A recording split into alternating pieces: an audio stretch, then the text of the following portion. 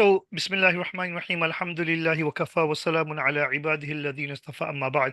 So here in Jarh and Ta'dil, what he's doing is he is going to explain two mas'alas.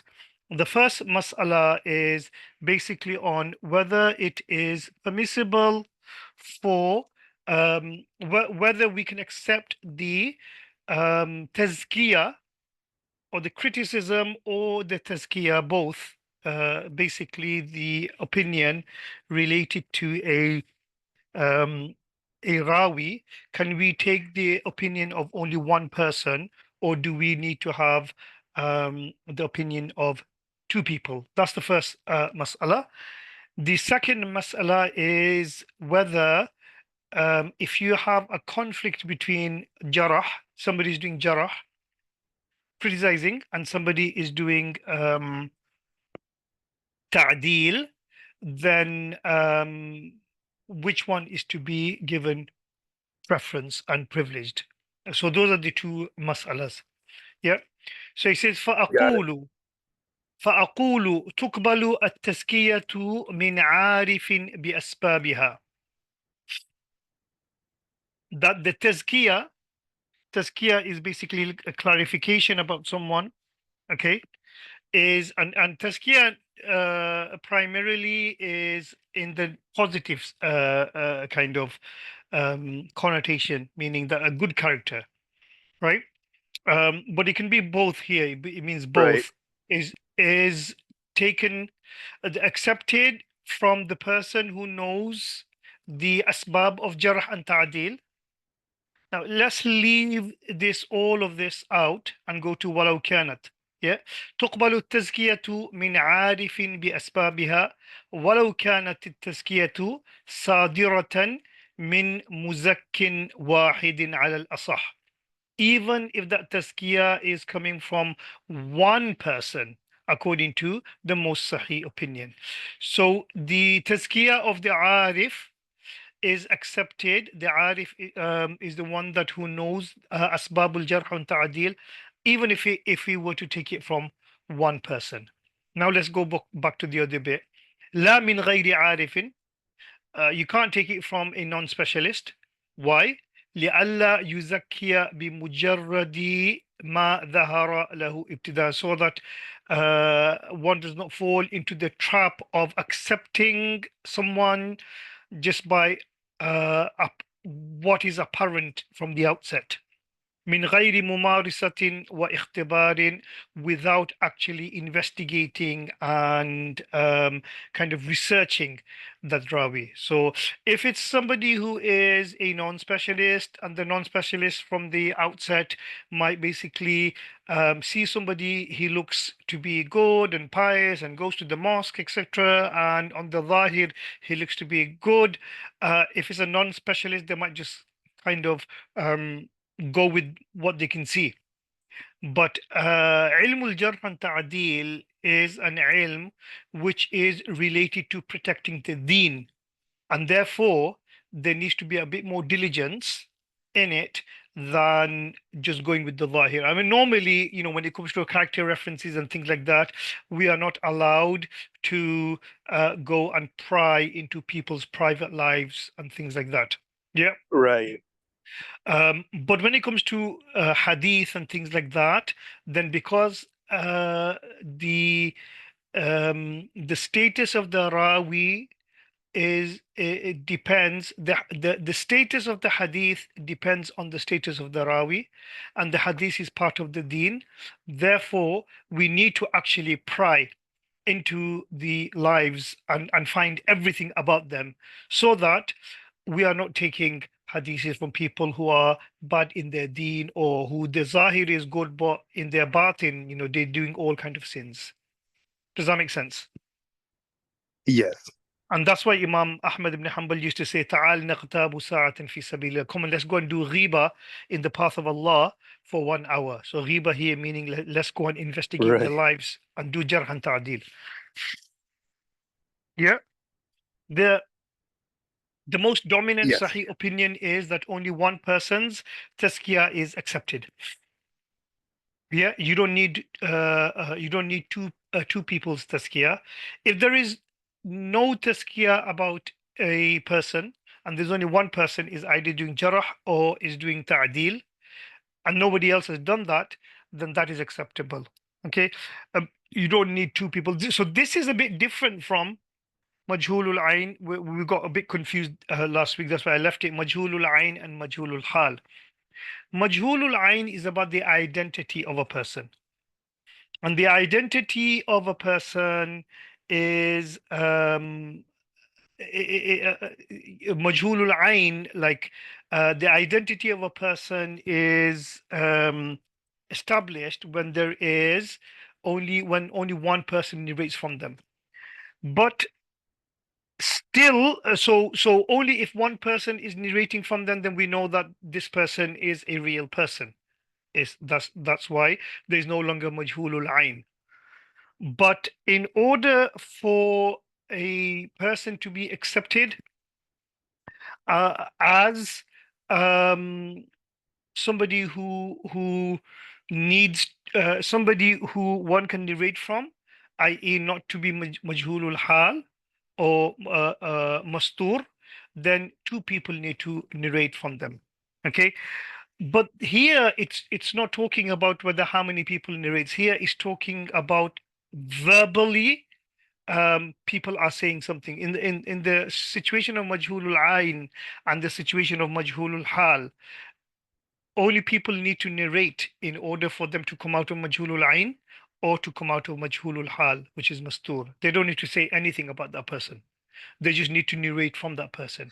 Here is talking about a verbal confirmation about somebody's character. Do we need two people or do we need one person? So some people basically say, like the way that in Mastur in Majhulul Hal, we need two people. And also on doing qiyas on shahada witnessing, that you need two witnesses in Islamic law. Similarly, you need two people doing tazkiyah. Imam Ibn Hajar Interesting. rahmatullahi alayh is rejecting this opinion. Does that make sense? Yes, I just one thing to clarify. These people we're talking about for Jarh and Ta'dil, are these people living contemporaneously with the person we're discussing, or is this Not also discussing necessarily. people? Okay, so it could be people coming after, who are giving an opinion on Yeah, this yeah, yeah. person is Yeah, okay, got it. as long as nobody has given his an opinion on someone, and later on, let's say Imam Suyuti comes and he finds one Rawi, hypothetically, I'm saying, and then he gives an opinion on that, and nobody has. Can his opinion be accepted? Well, we need to basically look at, does he have the qualities? Certainly, he does have the qualification. That's what we're talking about. Yeah. Got it. Okay.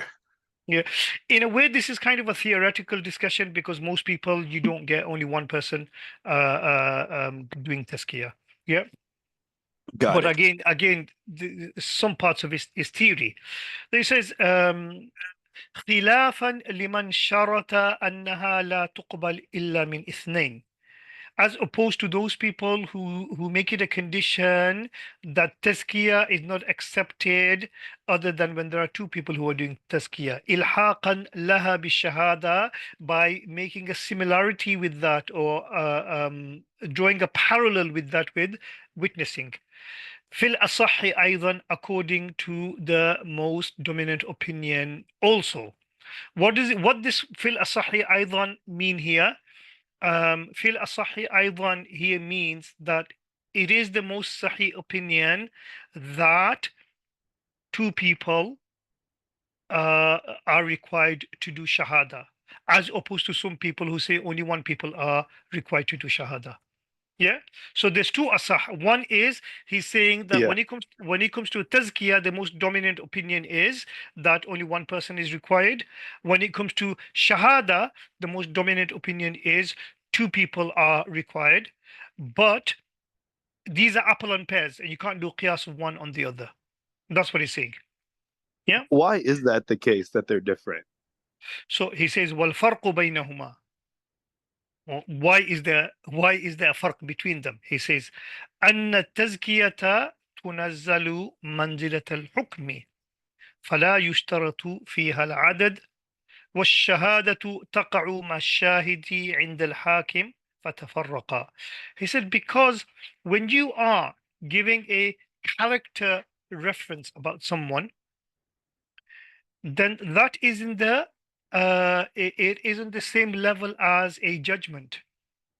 It's not, you're not witnessing to somebody's character. You're basically giving a hukum on somebody. Like if someone says, "How is this person?" Right? I'm not providing you with a witness of how that person is. I'm telling you Uh, what that person is. That's a judgment.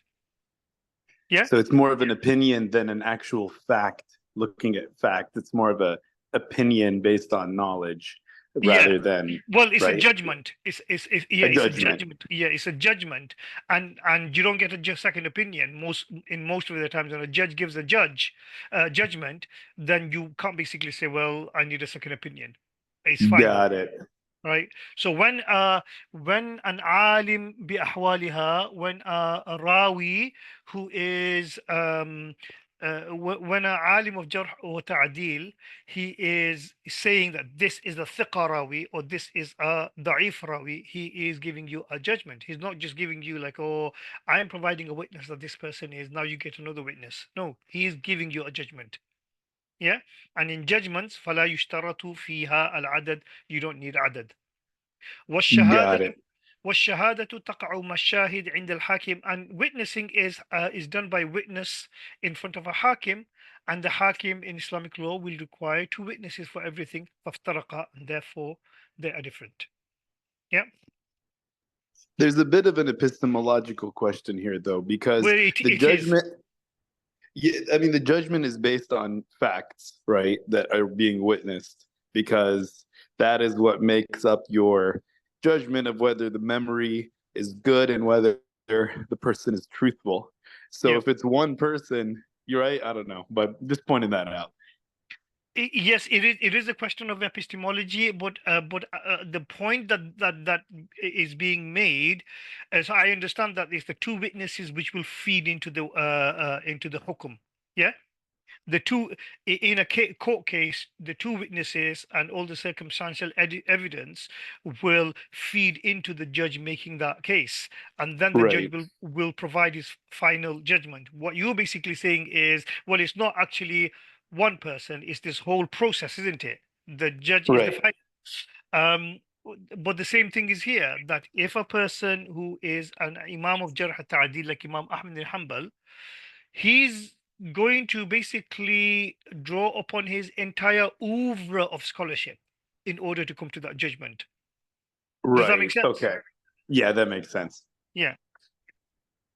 So now, another uh, kind of question that arises here, which is exactly the point that you are making.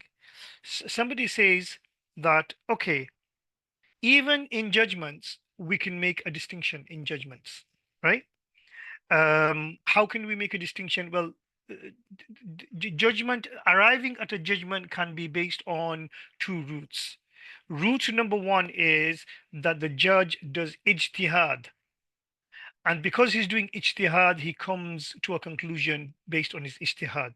Yeah, in that kind of uh, um, judgment, we say, okay, you don't need adad, right? Because it's the judge who's using his God-given knowledge and intellect and acumen to come up with a conclusion, a judgment about something.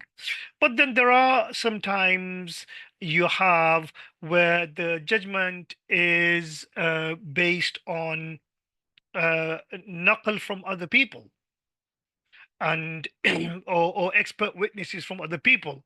So in those situations, you will need um, a, two people to inform the judgment.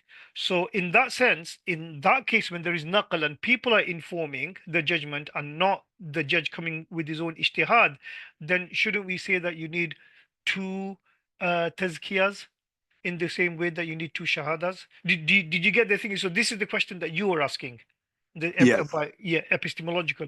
Imam Ibn Hajar, he accepts that, but then he responds to it by rejecting it as well. So let's see how he does that. He says ولو قيل يفصل بين ما إذا كانت التزكية في الراوي مستندة من المزكي إلى اجتهاده. If it said so, but Imam Ibn Hajar is preempting this, right? If it is said that we can distinguish between two types of tazkiyah, one is tazkiyah of the rawi is based on the muzakki, the one who's doing the tazkiyah, based on that person's ijtihad, let's say Imam Ahmad Hanbal, أو إلى النقل عن غيره, or he is relying on somebody else for this tazkiyah. لكان متجها, it would have been better if we made that difference. Yeah.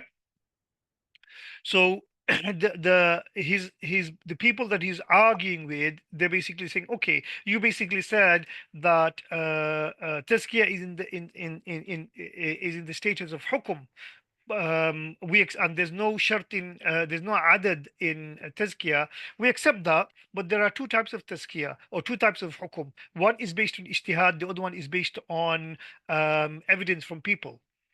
Okay, if we basically say that the one that's based on ijtihad, that doesn't need any added, but surely with tazkiyah or with shahada, you're actually Imam Ahmad ibn Hanbal has to rely on somebody else, and that person has to rely on somebody else.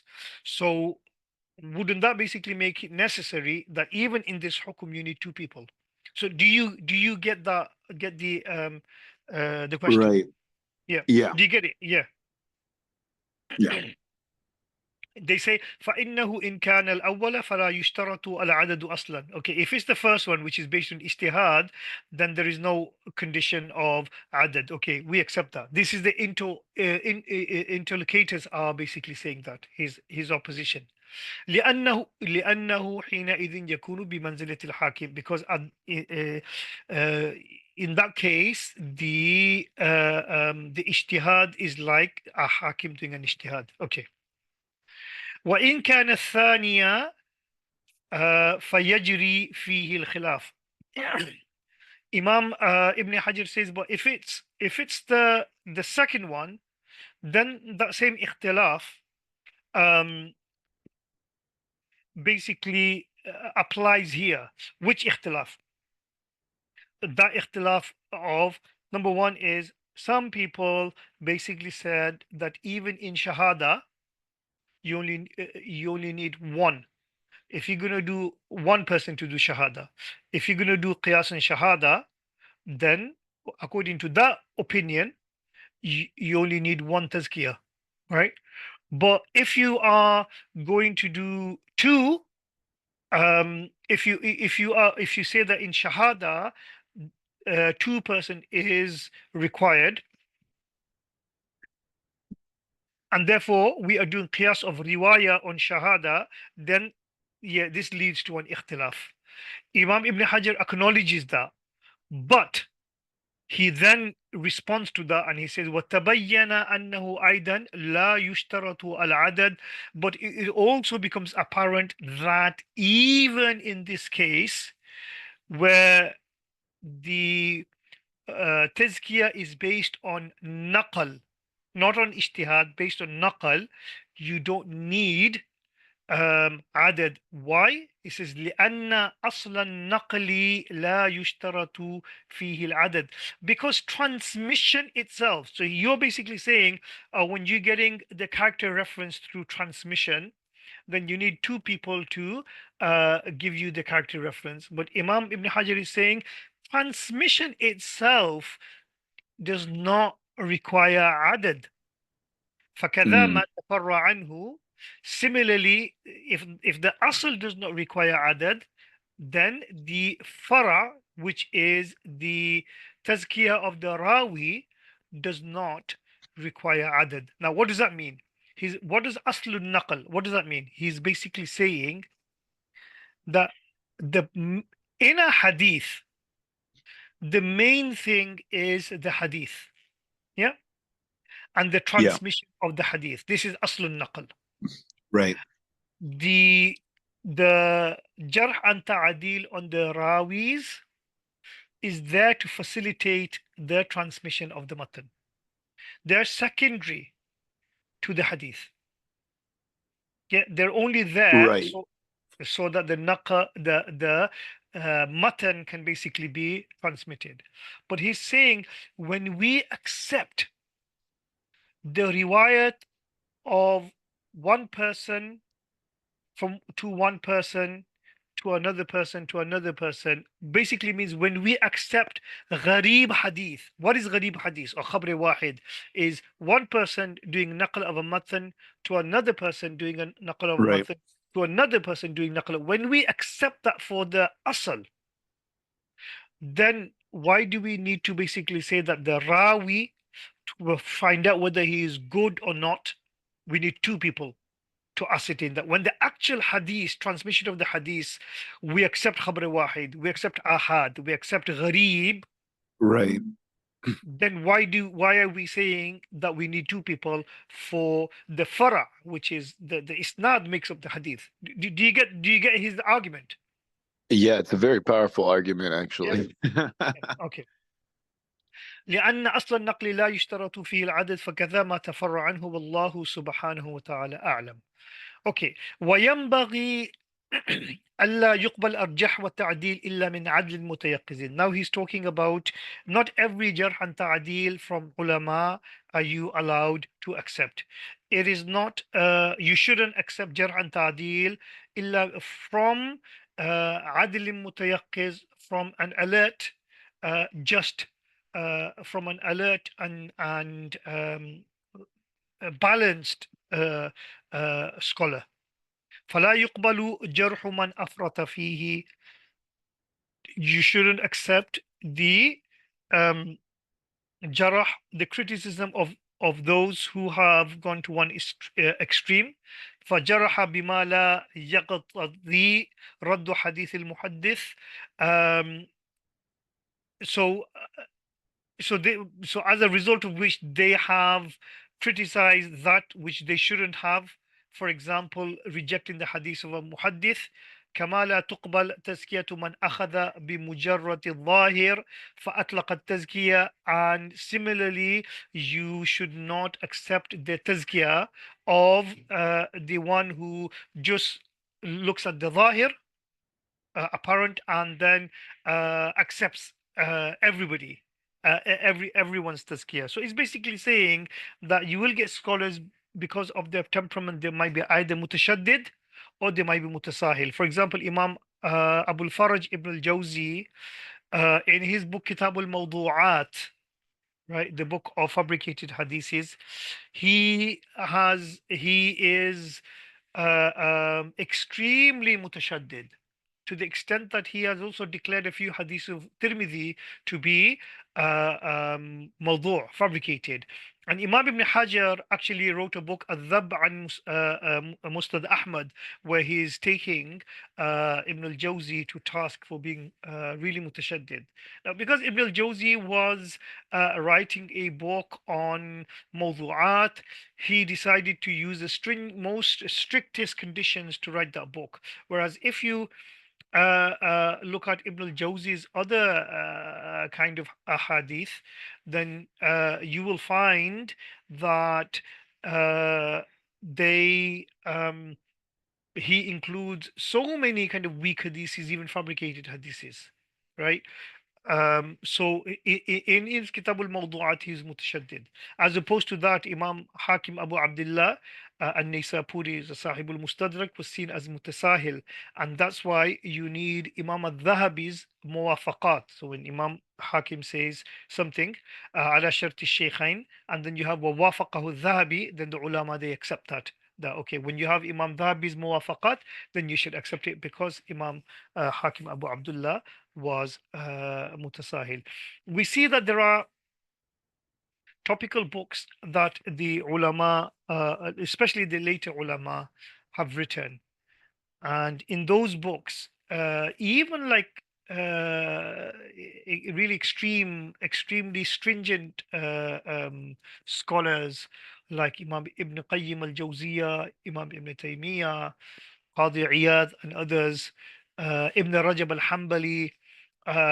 they're normally quite strict when it comes to hadith, but when they're writing topical works, like for example, I've been reading quite a lot on um, death and ahwalul qubur, the status of the grave and the status of akhirah, for a chapter that I'm writing for my book. And if you look at so they start with this sahih hadiths, and then they go into kind of more dubious hadiths, and more kind of weaker hadiths, and to the extent that they also include fabricated hadiths, and then they go into kind of anecdotes, and sometimes they basically say this hadith is fabricated, sometimes they don't, because their purpose is to get people thinking about the akhirah, things like that. So even strict scholars, for a to get a particular response, they are also um, doing these kind of things. But then when they're writing theoretical tracks, then they become quite stringent, some of the scholars. I just wanted to read something here from Jonathan Brown, in his book. Let's see if I can find it. He actually says it is a really good about hadith.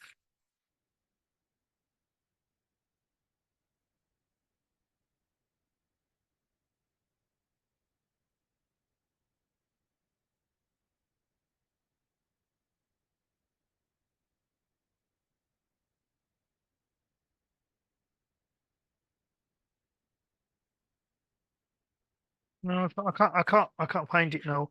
But he was saying something to the effect that, there is a nur of the hadith when there is a sahih isnad, and then you move away and you started getting more weaker hadith, and the more weaker the fabricated, and then it comes to anecdotes, and then and it gets dark. The nur gets darker and darker and darker, and the ulama, they do that sometimes, and sometimes they come up with kind of really, really bizarre attributions of hadith that you think, you better off, even though they're trying to do exhortation and mawa'id, you better off not having those hadiths, because they sometimes they cause more damage in that sense. It can lead somebody to religious trauma as well, because some of these weak and fabricated hadiths are so harsh that people who are reading these, and these are in the public sphere, they're not for ulama, they might get so stressed and traumatized that it can lead to negative spirituality. Yeah. Anyway, Yes. وقال الذهبي وهو من أهل الاستقراء التام في نقد الرجال.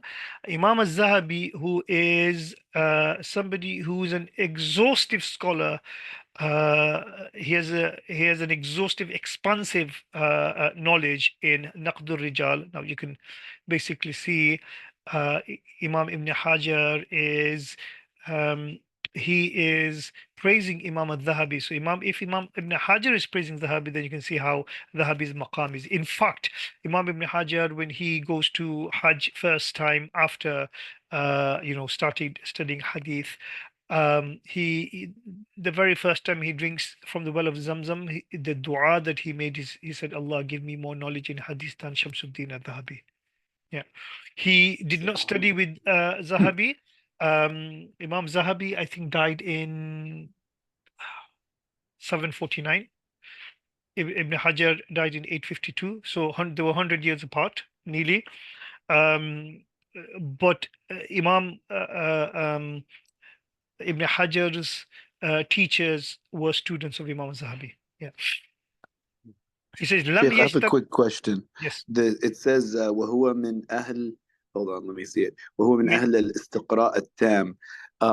I've come across that word before, meaning like full induction or something. Like what does he exactly mean by أهل الاستقراء التام? I'm just So curious of why he worded it like that. istiqra, istiqra as opposed to istinbat. Istiqra basically means inductive. Right. How do you do inductive research? How do you do inductive research?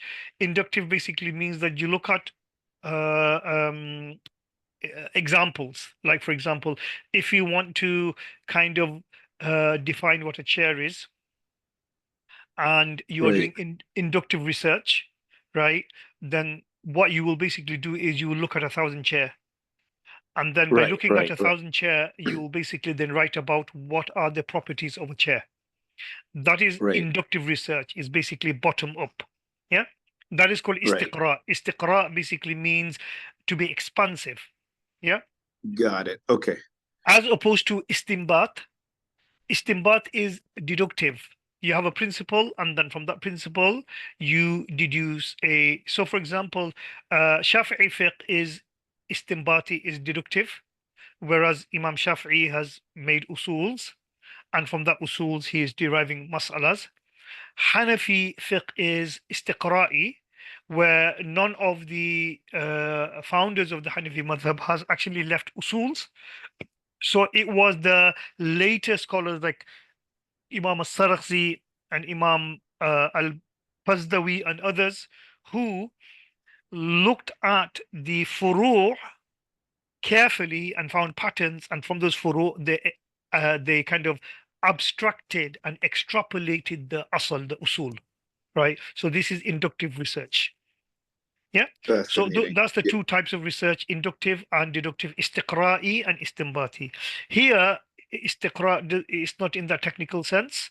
It basically just means that he has an expansive, near or total expansive knowledge of Naqdur Rijal. That's what it means. Istiqra means Got it. yeah. وهو من أهل الاستقراء التام. So a total expansive knowledge of نقد الرجال means he knows everything about it. So it's used in a more linguistic sense than a technical sense. Yeah. Got it. Okay. لم يجتمع اثنان من علماء هذا الشأن قط على توثيق ضعيف ولا على تضعيف ثقة انتهى.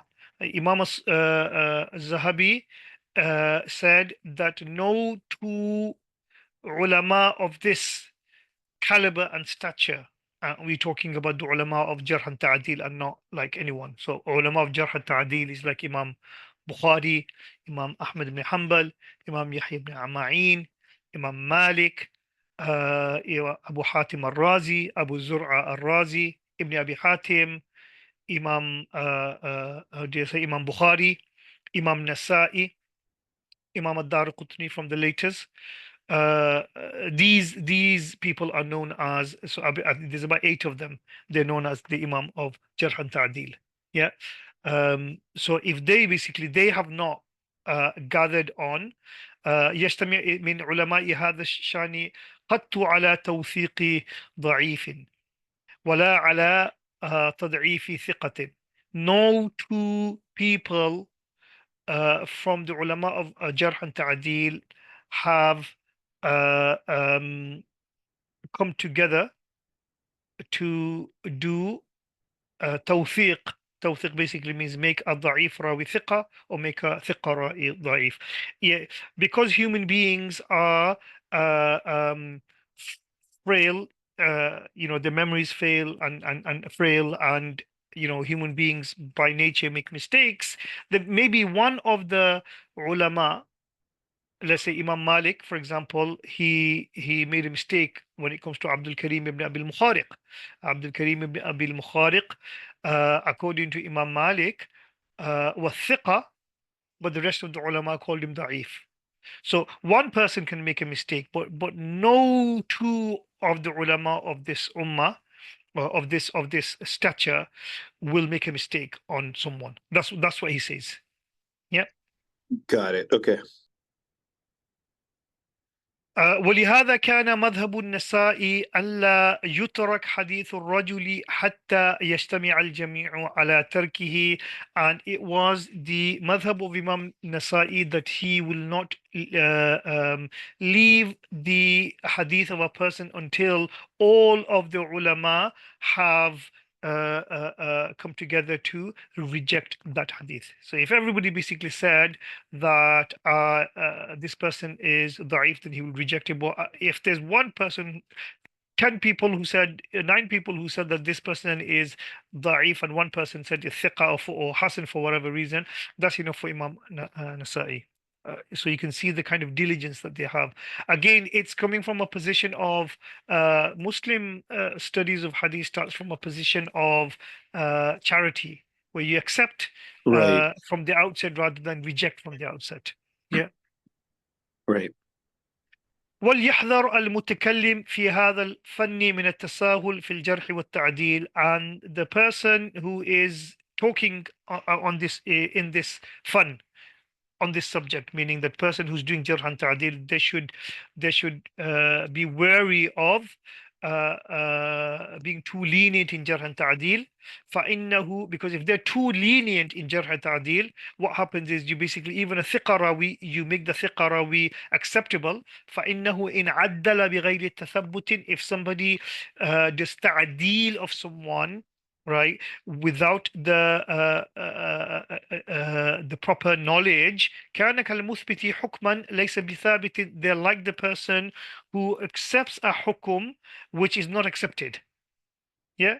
So if somebody is weak and you don't have tathabbut in that, and you make the person thiqa, then it's like there is a hukum which is negative and you are accepting that hukum and you're making it positive. Does that make sense? Something which is haram but you're making it halal. Yeah. Yes. So then he says, فَيُخْشَى عَلَيْهِ أَن يَدْخُلَ فِي زُمَرَةِ مَنْ رَوَى حَدِيثًا وَهُوَ يَظُنُّ أَنَّهُ كَذِبٌ.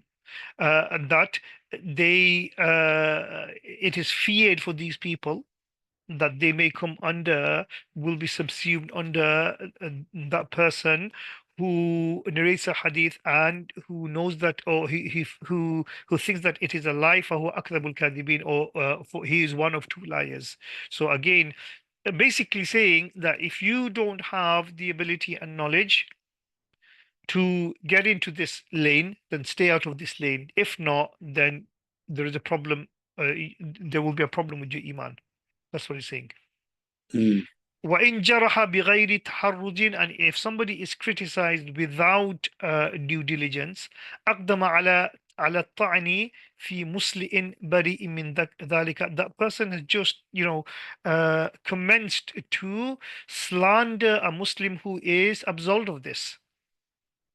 ووصمه بميسم سوء يبقى عليه عاره أبدا, and he has just tainted him with a bad label that will stay with that dishonor, and that shame will stay with that person forever. So if you don't know what you're doing, then you can cause your reputational damage to people. That's what he's saying. Right. And then he says, why does this happen? Why do these mistakes happen? He says, والآفة تدخل في هذا تارة من الهواء والغرض الفاسد. And he says sometimes the problem, these kind of problems, they seep in because of egos and because of bad agenda. Sometimes people will, it's their ego, and when a person has the ego, and he doesn't like the other person, or one alim is being praised in front of another alim, he might just get a bit his ego might be a bit hurt, and he might basically say, yeah, but this person is like this. Yeah. Or there might be some other kind of agenda, might saying, oh yeah, but did you know that he's a Shia? Things like that. So basically, Mm. human emotions comes in. It says, وَكَلَامُ الْمُتَقَدِّمِينَ سَالِمٌ مِنْ هَذَا غَالِبًا. Most of the time, the mutaqaddimun and their kind of jarh and ta'dil is free from something like that. Most of the time. So basically, again, alluding to the fact that they were a more pristine and pure community, and therefore they didn't have these kind of hidden agendas, and their Mm. inside and their ruhaniya was so clean that these gharb fasid did not come in. Right? Wallahu alam illa mashallah. وتارة من المخالفة في العقائد, and sometimes it's because of there is a مخالفة in aqidah, and that's why they will say, oh, Abu Hanifa was a murji'ah. Yeah. وهو موجود كثيرا قديما وحديثا, and this is available, this is found a lot, even according to the متقدمين, and also hadithan, yeah, in المتأخرين. So people might Right. see, yeah. ولا ينبغي إطلاق الجرح بذلك. As a result of that, one, especially with this مخالفة في العقيدة, one should not make the jarh absolute. Like you can say, or this person is a bid'ati, or this person is a Shia, or this person is a Mu'tazili, or this person is a Khariji. If somebody says this, then this should be taken with a pinch of salt.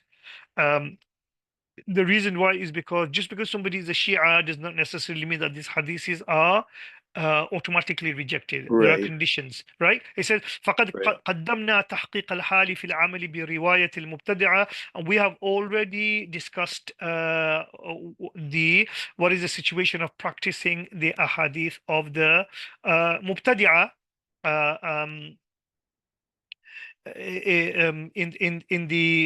in the section of, when we spoke about bid'ah, and there was a whole kind of algorithm given there and rule given there when you can accept it, when you can't accept it. I think there's a person by the name of, if my memory is not failing me, John Nawas. He did a statistical analysis, or is it Christopher Nelshed? One of those two. I have it. He did a statistical analysis of the different aqidah of the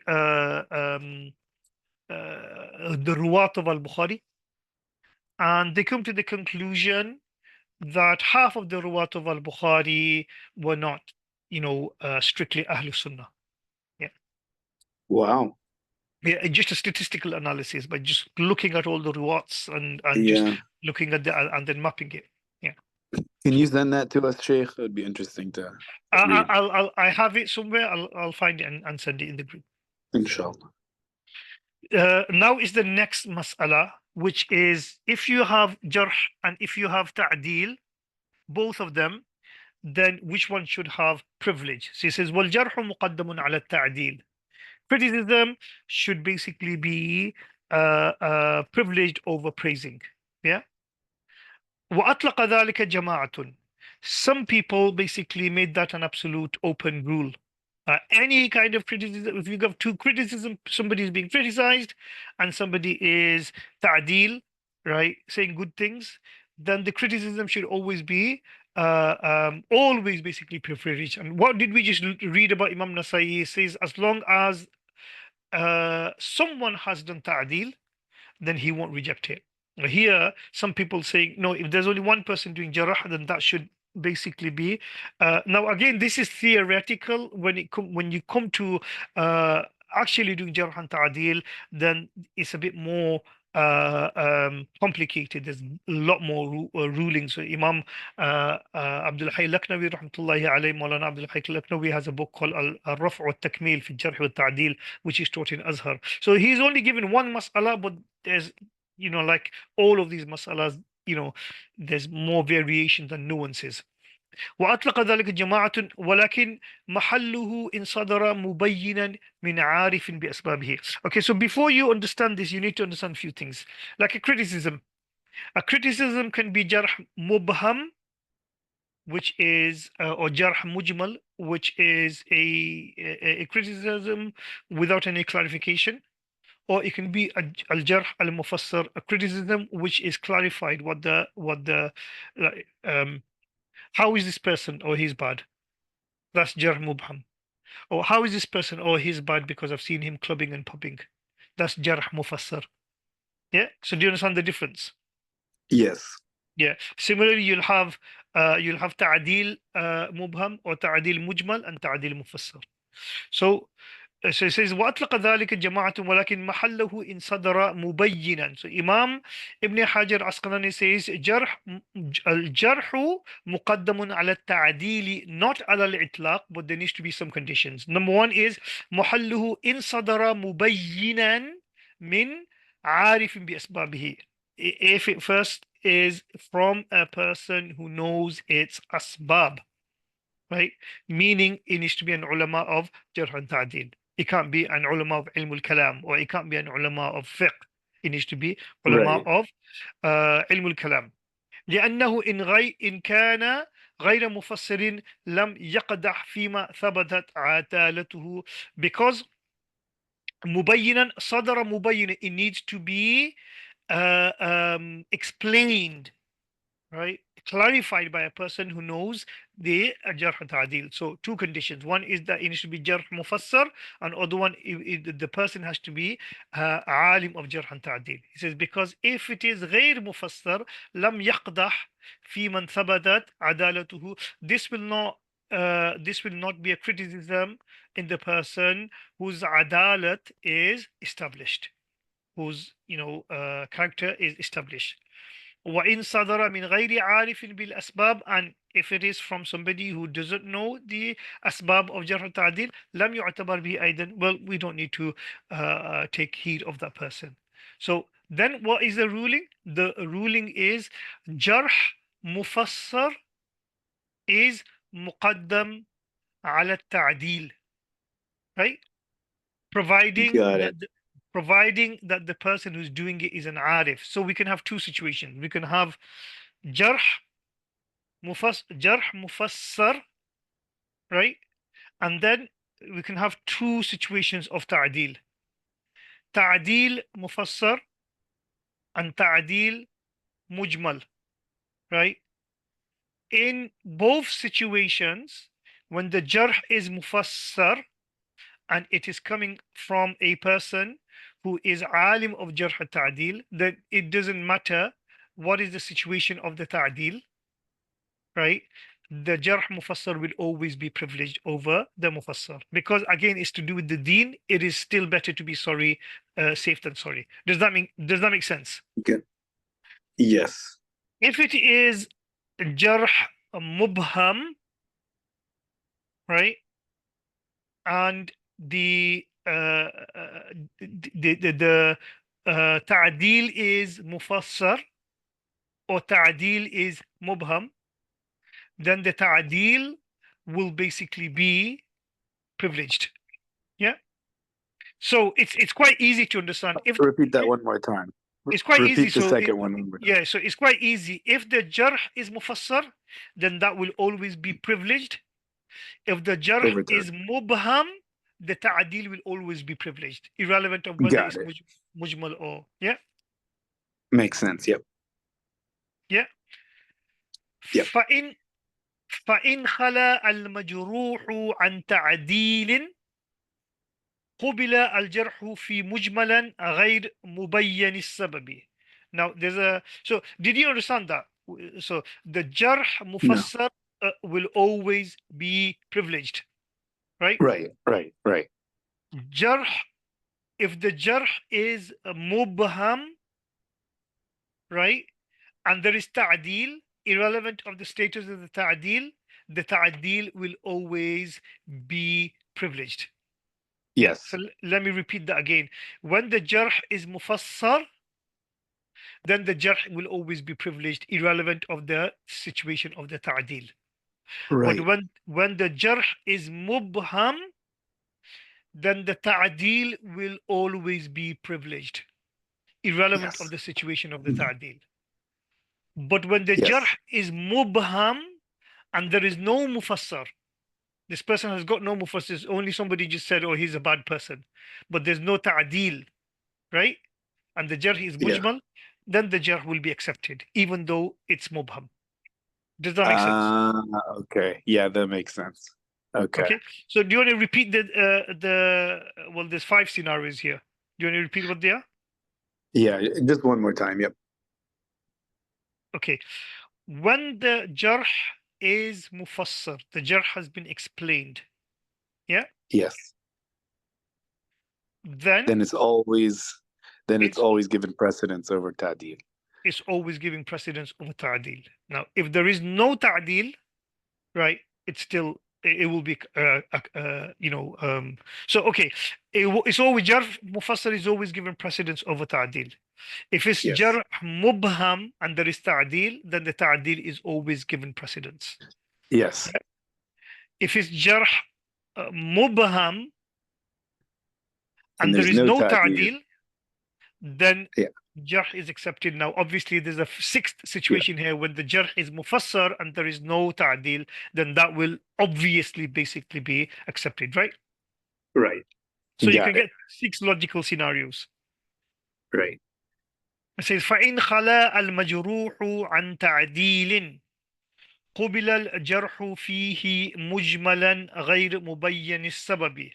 And when the person who has been criticized is free from any ta'dil, means nobody has said anything good about him, then the jarh mujmal, which is the sabab of the jarh is not explained, will be accepted. Yeah. إذا صدر من عارف على المختار. Remember, in all of these cases, the caveat is that it needs to be somebody who is عارف of the أسباب, according to their preferred opinion. لأنه Right. إذا لم يكن فيه تعديل فهو في حيز المجهول, because when there is nobody doing ta'dil of that person, then it is as if this person is like a majhul, and majhul is a criticism, right? It's one of Right. the majhul is a criticism, isn't it? We've made it's a majhulul hal or majhulul ayn is a criticism. If nobody Right. has praised that person, then it's like as if we're dealing with a majhul. وإعمال قول المجرح أولى من إهماله. So in that situation, to act upon the words of the criticizer is better than to ignore, because we've already got a situation where this person, nobody has done ta'dil of him, and therefore that in itself makes it weak, and then we got somebody else who's saying, oh, this person is weak. It's better to kind of accept that rather than saying, oh, no, no, no, this is jar mubham, we're going to reject it. Does that make sense? Yes. ومال ابن الصلاة في مثل هذا إلى التوقف فيه. Imam Ibn Salah is more gravitating towards the fact that in this situation, when there's jarh mubham and there is no ta'dil of that person, then he rather wants to exercise caution and he says tawaqquf. But Imam Ibn Hajar is giving his opinion that it should be accepted. Now, obviously, because we've got two imams saying two different things, when they are doing isnad analysis, then they will go with their opinion, and that will have an effect on the mas'ala, on the Right. hadith. Yeah. Now, how long do you have? I have all the time that you need. Okay. I'm off today. Okay. Okay. I need half an hour, and then we finish the book. Let's Because do it. we have we're going to like have a 1.5 month break. What we don't want to do is come back and then basically start like 2 pages of Nuzha, right? So we might as well finish it today. Yeah. Yeah. So Imam Ibn Hajar Asqalani rahmatullahi alayhi, now he brings in this with this bit where he actually goes a bit crazy. And maybe he's just kind of giving us a allusion to his mastery over ilmul jarh and ta'dil, right? Um, he just goes on and on and on. There is nothing to understand here. There is no rules here. You just basically read and understand the ibarat and then move on, and then obviously you have to go through it slowly to understand what he's saying, but really there is nothing related to the masail of ilm al-jarh wa ta'dil or mustalah al-hadith that you need to understand. The upshot of these 3 or 4 pages basically is that when you are looking at names and you are looking up names and doing isnad analysis, then you need to be very diligent with the name. You need to know people's laqab. You need to know people's names. You need to know people's kunya. You need to know people's nasab. You need to know people who've got multiple kunyas. You need to know people who are attributed to others other than their fathers. You need to know people whose kunya and their father's name is the same. So all of those different, and we can go on and on and on and on. And he does that for about 2 3 pages. Yeah. Got it. Okay. Okay. Let's do it. ومن المهم في هذا الفن in جرح and تعديل he's talking about, what you need to know is معرفة كناء المسمين ممن اشتهر باسمه وله كنية لا يؤمن أن يأتي في بعض الروايات مكنيا لئلا يظن أنه آخر. Right?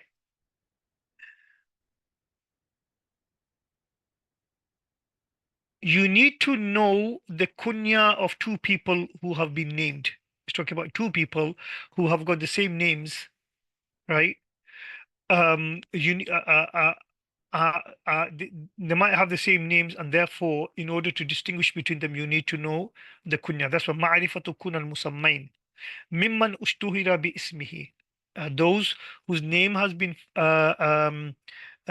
famous, everybody knows the name, and they have a kunya.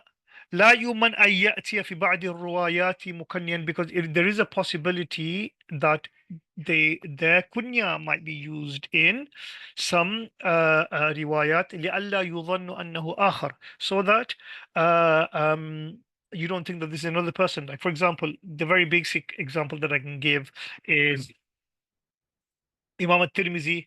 Sometimes he says قال محمد بن إسماعيل, sometimes he says قال أبو عبد الله. Yeah. So Abu Abdullah and Muhammad ibn Ismail is Imam Bukhari. So you need to know that. Mm, Yeah. yes. ومعرفة أسماء المكنين, and also to know the name of those people. Uh,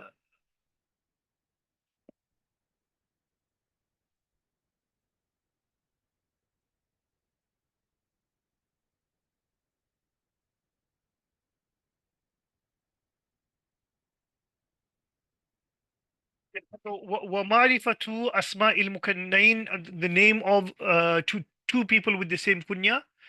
This is the opposite of the previous one. And so for example, like Sayyidina Abu Hurairah radiallahu ta'ala anhu, that's a kunya, that's not his name. One of the very first time that this name comes in Sunan al-Tirmizi, Imam Tirmizi has a discussion on what his name is, Abdurrahman ibn Sakhar. Similarly, Abu Mhm. Bakr radiallahu ta'ala anhu, his name is Atiq, right? So if a hadith just says, an Atiq, so we don't think that Atiq and Abu Bakr are two different people. Yeah. Great. ومعرفة من اسمه كنيته وهم قليل, and there are and to know the person whose name is also his kunya. For example, Abu Bakr Muhammad ibn Muhammad ibn Hazm, his kunya was Abu Bakr, and his name also was Abu Bakr. So I have a friend, Dr. Shamim Mia, he once basically said that, Sheikh Amin is a very great Sheikh. Like, Sheikh Amin is a friend of mine. And so I said, like, what do you mean? He said, well, everybody calls him Sheikh. He's so young, everybody calls him Sheikh. And I said, that's because his name is Sheikh, right? Not because he's a Sheikh. His Right, first name is right. Sheikh. Yeah. So then if you want to call him Sheikh, then you call him Sheikh. I mean, yeah. ومعرفة من اسمه كنيته وهم قليل. Like, somebody's name is actually Mufti, right? And people think he's a real Mm-mm. Mufti. ومعرفة من اسمه وكنيته وهم قليل. ومعرفة من اختلف في كنيته وهم كثير. And then there are those people, there are different kunyats, they have got different kunya, and there are many people who are like that, who have got different Right. kunyas. ومعرفة من كثرت كناه, and there are those people who have got more than one kunya, right? كابن جريج له كنيتان أبو الوليد وأبو خالد, أو كثرت نعوته وألقابه, or those whose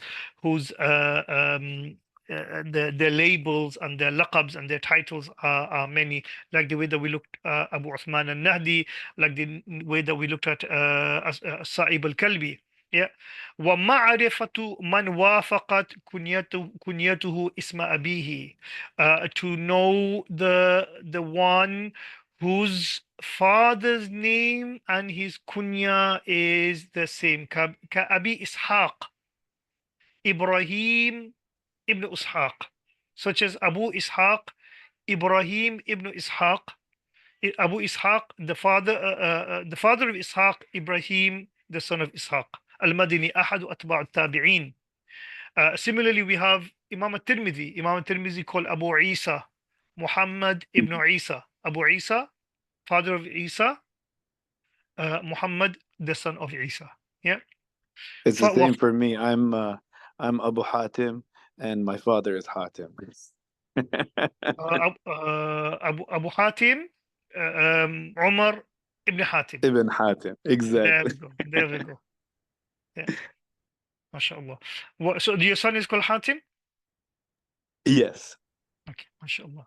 وفائدة معرفة نفي الغلط عمن نسبه إلى أبيه, and the benefit of uh, um, knowing this is to dispense any mistakes of somebody who is attributing it to their father. Like, for example, somebody reads أخبرنا ابن إسحاق فنسب إلى التصحيف وأن الصواب أخبرنا أبو إسحاق.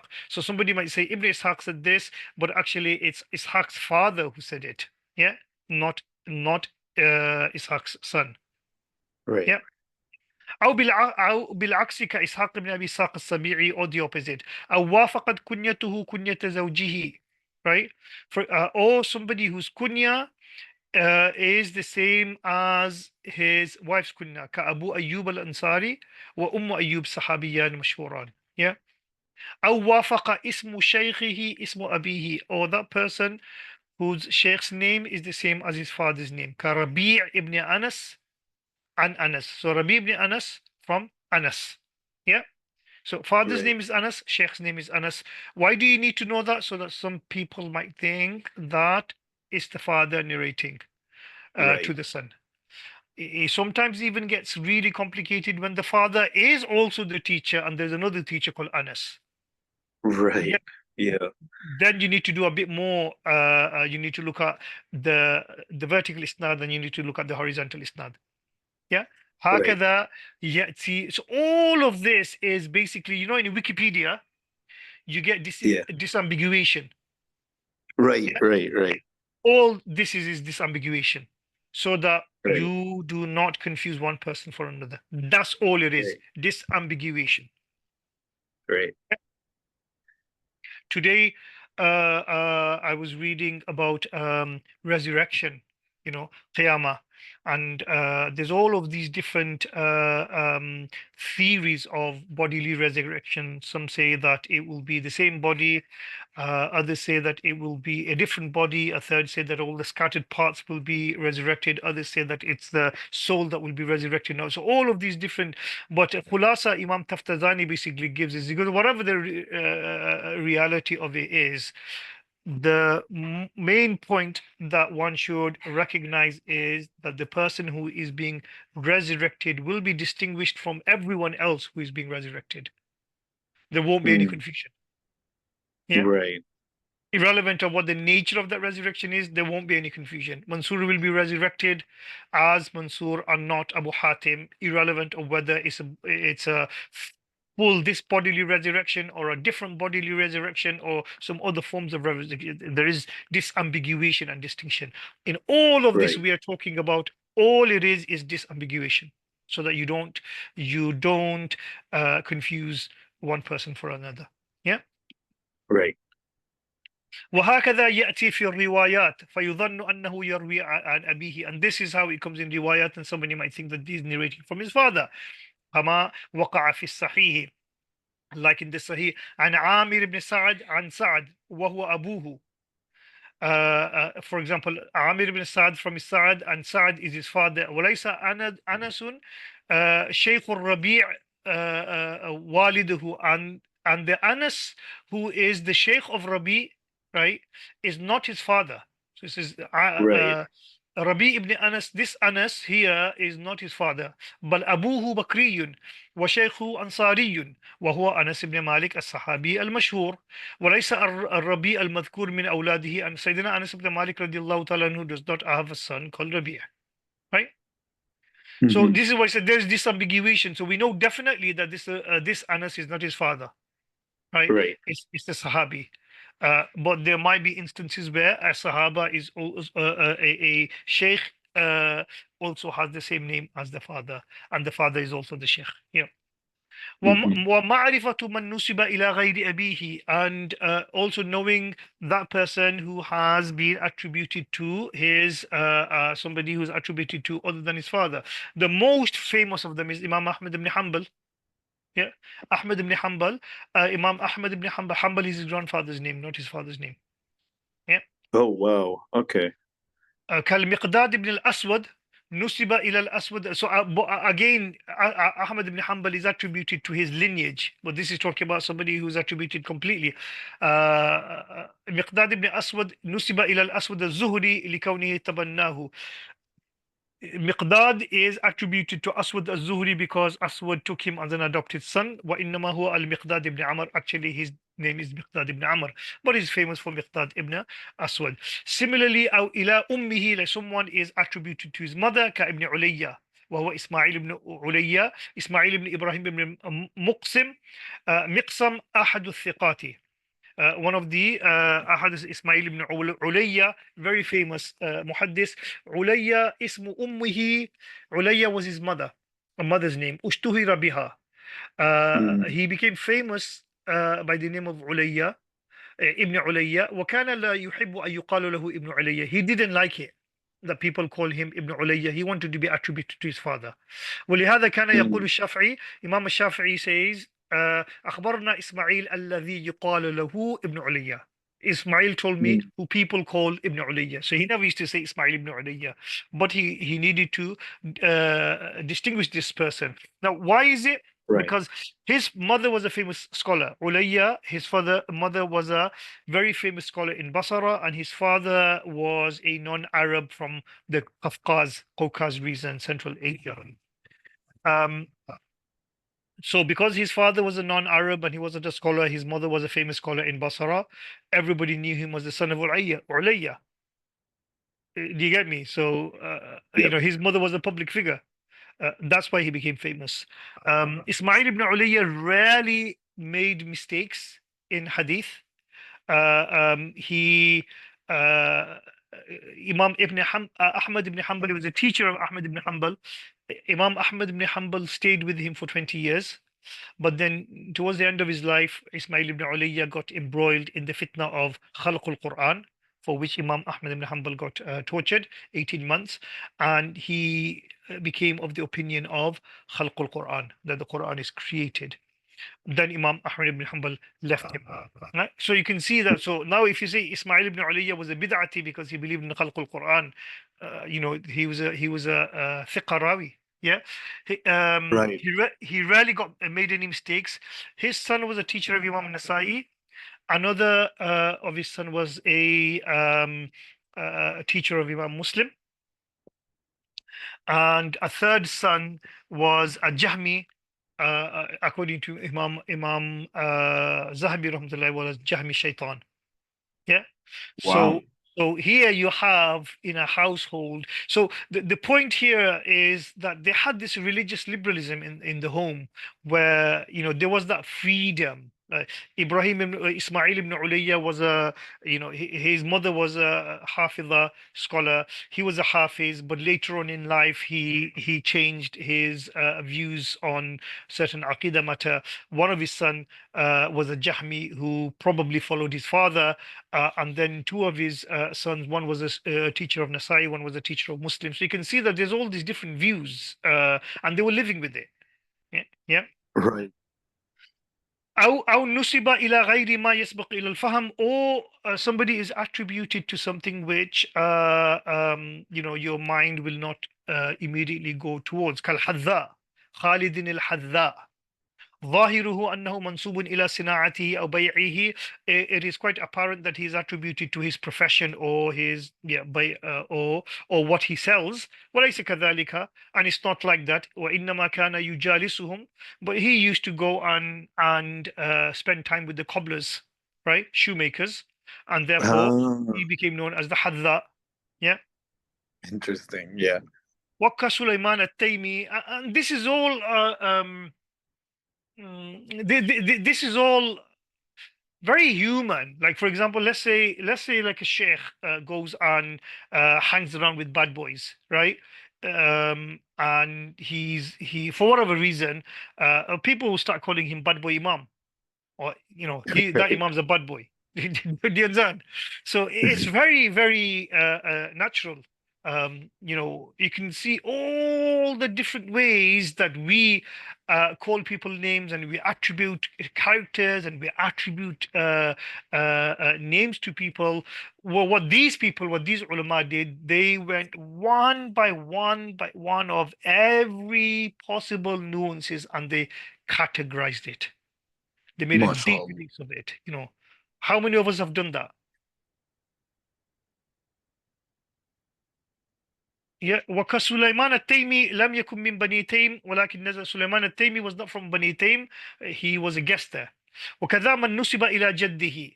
Mm. And similarly, those who have been attributed to the father, لا يؤمن التباسه بمن وافق اسمه واسم أبيه اسم الجد المذكور. So that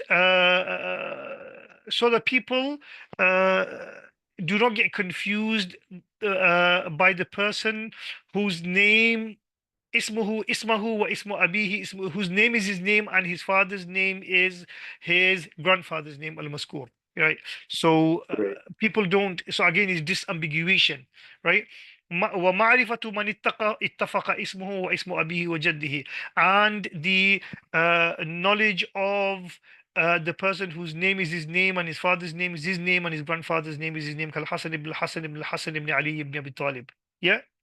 وقد يقع أكثر من ذلك. We Yeah. know that there's 9 people who are called Muhammad one time. Muhammad ibn Muhammad Wow. ibn Muhammad ibn Muhammad. وهو من فروع المسلسل. This is one of the فروعات المسلسلات. وقد يتفق الاسم واسم الأب مع الاسم واسم الأب فصاعدا. And similarly, somebody's name and father's name is also muttafiq with with the name of the father and the father's name. Yeah. كأبي يمن الكندي هو زيد بن الحسن ابن زيد بن الحسن ابن زيد بن الحسن. Yeah. Wow. Yes. So it's because people have this naming tradition, like you got it, that the eldest son is Right. named after the father. So Exactly. if your your father's name is Hatim, your name is Omar. What was your grandfather's name? My grandfather's name was Mahmoud, but Oh, the oldest son was not my father Hatim. So the oldest son was Ibrahim, and then Ibrahim named Mahmoud. sorry again. I Okay, said so my I mean, fa I'm just yeah, okay. Okay, this will become. Imagine that you were your father's eldest son, right? yeah, So your father's name is Hatim. Your name becomes Umar. You call your eldest son Hatim after your father, yes. and then when your son has a son, his eldest son will be called Umar. So we have Umar ibn Hatim ibn Umar ibn Hatim. You're right, Th- right, right, That's why you can get a situation like Zayd ibn al-Hasan ibn Zayd ibn al-Hasan ibn Zayd ibn al-Hasan. Yeah. right. أو يتفق اسم الراوي واسم شيخه. The name of the rawi and the name of the sheikh is the same. وشيخ شيخه and also the sheikh of the sheikh فصاعدا. كعمران عن عمران عن عمران. الأول يعرف بالقصير. First one is called عمران القصير. Second one is عمران أبو رجاء العطاردي. And the third one is أبو حسين الصحابي. Yeah. عمران القصير عن عمران أبو رجاء العطاردي عن عمران رضي الله تعالى عنه. Yeah. So 3 people, but they don't have a filial relationship. They have a teacher-student Right. relationship. سليمان عن سليمان عن سليمان. الأول ابن أحمد ابن أيوب الطبراني. الثاني ابن أحمد الواسطي. الثالث ابن عبد الرحمن الدمشقي المعروف بابن بنت الشرحبيل. Yeah. وقد يقع ذلك للراوي ولشيخه معا. This can happen with the Rawi and his Sheikh together. For example, كأبي علاء الحمداني العطار مشهور برواية عن أبي علي الأصبحاني الحداد وكل منهما اسمه الحسن ابن أحمد ابن الحسن ابن أحمد ابن الحسن ابن أحمد فاتفقا في ذلك. So the Rawi, his name is Abu al-Ala and the teacher's name is also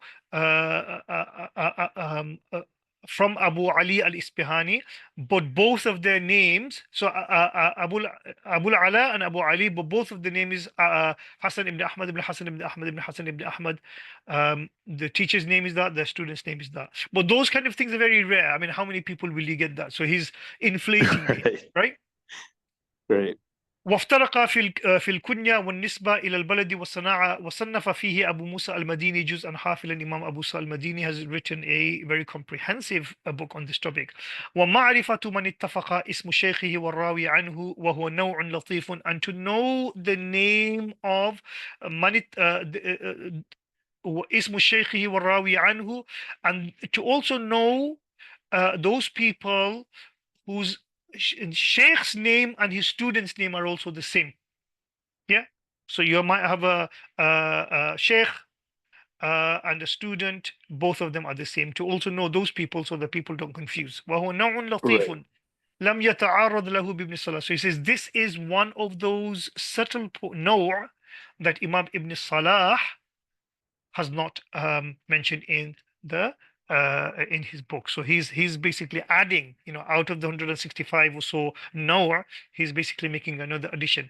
وفائدة رفع اللبس عمن يظن أنه في تكرار أو انقلابا. The benefit of that is to disambiguate any confusion of that person who thinks that there is takrar here, there is repetition, or the isnad is flipped. فمن أمثلته البخاري. The example of that is Imam Bukhari. Rawa an Muslim wa rawa anhu Muslim. Muslim narrated from him, and also Muslim, he narrated from Muslim. فشيخه مسلم ibn Ibrahim al-Farahidi. His sheikh is called Muslim ibn Ibrahim al-Farahidi al-Basri. والراوي عنه, and the person who does riwayat from him is Muslim ibn Hajjaj al-Qushayri, صاحب الصحيح. Yeah. So both of them are called Muslim. His student is called Muslim, and his teacher is called Muslim. To complicate things, Imam Muslim ibn Bukhari also narrates from Muslim ibn Hajjaj al-Qushayri as well. Not in the Sahih, but also narrates from him as Riwayatul Akabir an al-Asagir. Yeah. Wow. Yep. وكذا وقع ذلك لعبد بن حميد. Abd ibn Humayd has also done this. روى عن مسلم ibn Ibrahim, right? Imam Bukhari's teacher. وروى عنه مسلم بن حجاج في صحيحه حديثا بهذه الترجمة بعينه. ومن يحيى بن أبي كثير روى عن هشام وروى عنه هشام. فالشيخ هشام بن عروة وهو من أقرانه, والراوي عنه هشام بن أبي عبد الله الدستوائي. ومنها ابن جريج روى عن هشام وروى عن هشام. فالأعلى ابن عروة والأدنى ابن يوسف الصنعاني. See, there's nothing really to understand here. You just read it. ومنها الحكم ابن عتيبة يروي عن ابن أبي ليلى وعنه ابن أبي ليلى. فالأعلى عبد الرحمن والأدنى محمد ابن عبد الرحمن المذكور. وأمثلته كثيرة. There is also Imam Ibn Hajar. I'll just say Imam Ibn Hajar, his teacher is Ash-Shammuni, and his student is also Shammuni. So Kamaluddin Ash-Shammuni is his teacher, and Ibn Kamaluddin Ash-Shammuni is his student. Yeah. Oh wow. ومنها الحكم ابن عود, one of the people who actually triggered the Nuzha to be written, because Kamaluddin Ash-Shammuni, he basically wrote a commentary of the Nukhba. So this is the teacher writing a commentary on his student's book, right? Right. He wrote a commentary on the Nukhba, and then when Imam Ibn Hajar read it, he felt that his teacher really didn't do justice to the subtle points that he's trying to make, so he decided to write it himself. And that's when the Nuzha Right. comes. Just الحكم بن عتيبة يروي عن ابن أبي ليلى وعنه ابن أبي ليلى. فالأعلى عبد الرحمن والأدنى محمد بن عبد الرحمن محمد بن عبد المذكور. وأمثلته كثيرة. ومن المهم في هذا الفن معرفة الأسماء المجردة. And one of the important things on this fun is to know those people who just have names, right? They don't have kunya, they don't have laqab, they don't have any nasab, they just have a name. Muhammad. That's it. What's your name? My name is Muhammad. Muhammad, just Muhammad. Yeah. So there are those people who just have one name. interesting. Yeah, this is called al-asma al-mujarrada. وقد جمعها جماعة من الأئمة. Some ulama have collected the name of asma. فمنهم من جمع بغير قيد كابن سعد في الطبقات وابن أبي خيثمة والبخاري في تاريخهما وابن أبي حاتم في الجر والتعديل. ومنهم من أفرد الثقات. Some of them just collected them without any conditions, like weak narrators, Hassan narrators, fabricated narrators. But some of them, ومنهم من أفرد الثقات, some of them who only collected the ثقة from the أسماء المجردة كعجلي وابن حبان وابن شاهين ومنهم من أفرد المجروحين, those who have only collected the weak ones كابن عدي and Ibn Hibban أيضا.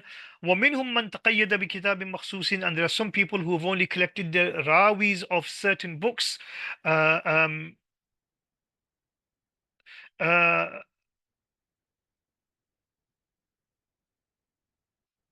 كرجال البخاري لأبي نصر الكلابذي, like for example the راويز of Bukhari, ورجال مسلم لأبي بكر ابن منجوي, ورجالهما معا لأبي الفضل ابن طاهر, ورجال أبي داود لأبي علي الجياني, وكذا رجال الترمذي ورجال النسائي لجماعة من المغاربة, ورجال الستة الصحيحين وأبي داود والترمذي والنسائي وابن ماجه لعبد الغني المقدسي في كتاب الكمال. Right, there is something here. Sorry, there's a mistake here. And that mistake is that I mentioned that there are some people who collected this the Ma'rifatul Asma al-Mujarrada without any qualification. Sorry, this is just a generic. So this is gone. ومن المهم في هذا الفن معرفة الأسماء المجردة وقد جمعها جماعة من الأئمة. Right. A number of people have collected on those people who just have names. Now he's basically Yeah. talking about, all these different things that we have mentioned. Asma al-Mujarrada, those people whose teacher's name and student's name are the same, those people, all of the, but some people, ulama, have collected these names without basically, so they just collected them. And they collected, so it's not basically that this book is only for this purpose, Asma al-Mujarrada, and this one is for this purpose. They collected all sorts all together. So it's a compendium. These are called prosopographical dictionaries, or the Ilm al-Rijal, right? Got it. All of these people have done this, but then there are some people from the ulama who have only collected the names of the thiqat, such as Izli ibn Hibban في الثقات, Ibn Shaheen, and then there are those who just collected the Majruhin, Ibn Adi in Kamil, Imam Ibn Hibban in Majruhin, and then there are those who have just collected the ruwats of Bukhari, for example, Abu Nasr al-Kalabadi, and the ruwat of Muslim, Abu Bakr ibn Manjuway, and somebody's collected both of them together, Abu al-Fadl ibn Tahir al-Maqdisi, and the Rijalu Abu Dawud, Abu Ali al-Jayyani, وكذا رجال الترمذي ورجال النسائي لجماعة من المغاربة, ورجال الستة الصحيحين وابي داود والترمذي والنسائي وابن ماجه لعبد الغني المقدسي. This is an important entry. Abdul Ghani al-Maqdisi wrote a book called wrote a book called Al-Kamal. Abdul Ghani al-Maqdisi, he wrote a book called Al-Kamal. Then Imam Imam al-Mizzi rahmatullahi alayhi, who was a student of Imam Ibn Taymiyyah, he came and he wrote a book, he sorted it out. Kamal had too much superfluous information in it. Imam al-Mizzi came and kind of sorted it out, and he basically called it Tahdhib al-Kamal. Tahdhib, basically sorting it out, making it taming the Kamal. So this one, Abdul Ghani al-Maqdisi's book is called Al-Kamal fi al-Rijal. And then you have Imam al-Mizzi's book called Tahdhib al-Kamal, right? وَقَدْ لَقَصْتُهُ, and then Imam Ibn Hajar says, I have also made it more summarized, and then also added few things, entry to it. Al-Ashya Kathira wa Sammaytuhu Tahdhib al-Tahdhib. I called it Tahdhib of the Tahdhib of Al-Kamal. Yeah. Again, this is big. Tahdhib al-Kamal is 18. Al-Kamal fi Rijal is about 30. Tahdhib al-Tahdhib is also big, is about 15 volumes, right? Wow. But then Imam وجاء ما اشتمل عليه من الزيادات قدر ثلث الأصل, and says the additions that I've done. So he basically said, I sorted it out, got rid of the superfluous information, but I added more entries, and that entry is 1/3 of the asl, right? But then he wrote another book, which is called Taqrib al-Tahdhib. Yeah. And Taqrib al-Tahdhib is the go-to book for everyone, really, because in there, Imam Ibn Hajar, what he does is, he doesn't go into the ikhtilaf. He basically, so for example, let's say you got he's got an entry on let's say Imam al-Nasa'i, right? He's writing on Imam Nasa'i. Or let's say he's got an entry of Imam Ibn Majah. So he's saying this person will say he's weak, this person will say siqa, this person will say etc. So he'll give you all the kind of riwayats on him in the Tahdhib al-Tahdhib, all the different opinion. But in the Taqrib al-Tahdhib is the go-to for really everyone, right? What he Mm-hmm. basically will do is Ibn Majah, thiqatun. He will give Mm-hmm. the most asah opinion according to him, just one kind of opinion, and that's why everybody likes it, because you just need to find a narrator and you basically say thiqatun thabtun, and that's it. There's no you don't need to read through. The entries are short, it's only 2 volumes. Yeah. Very interesting.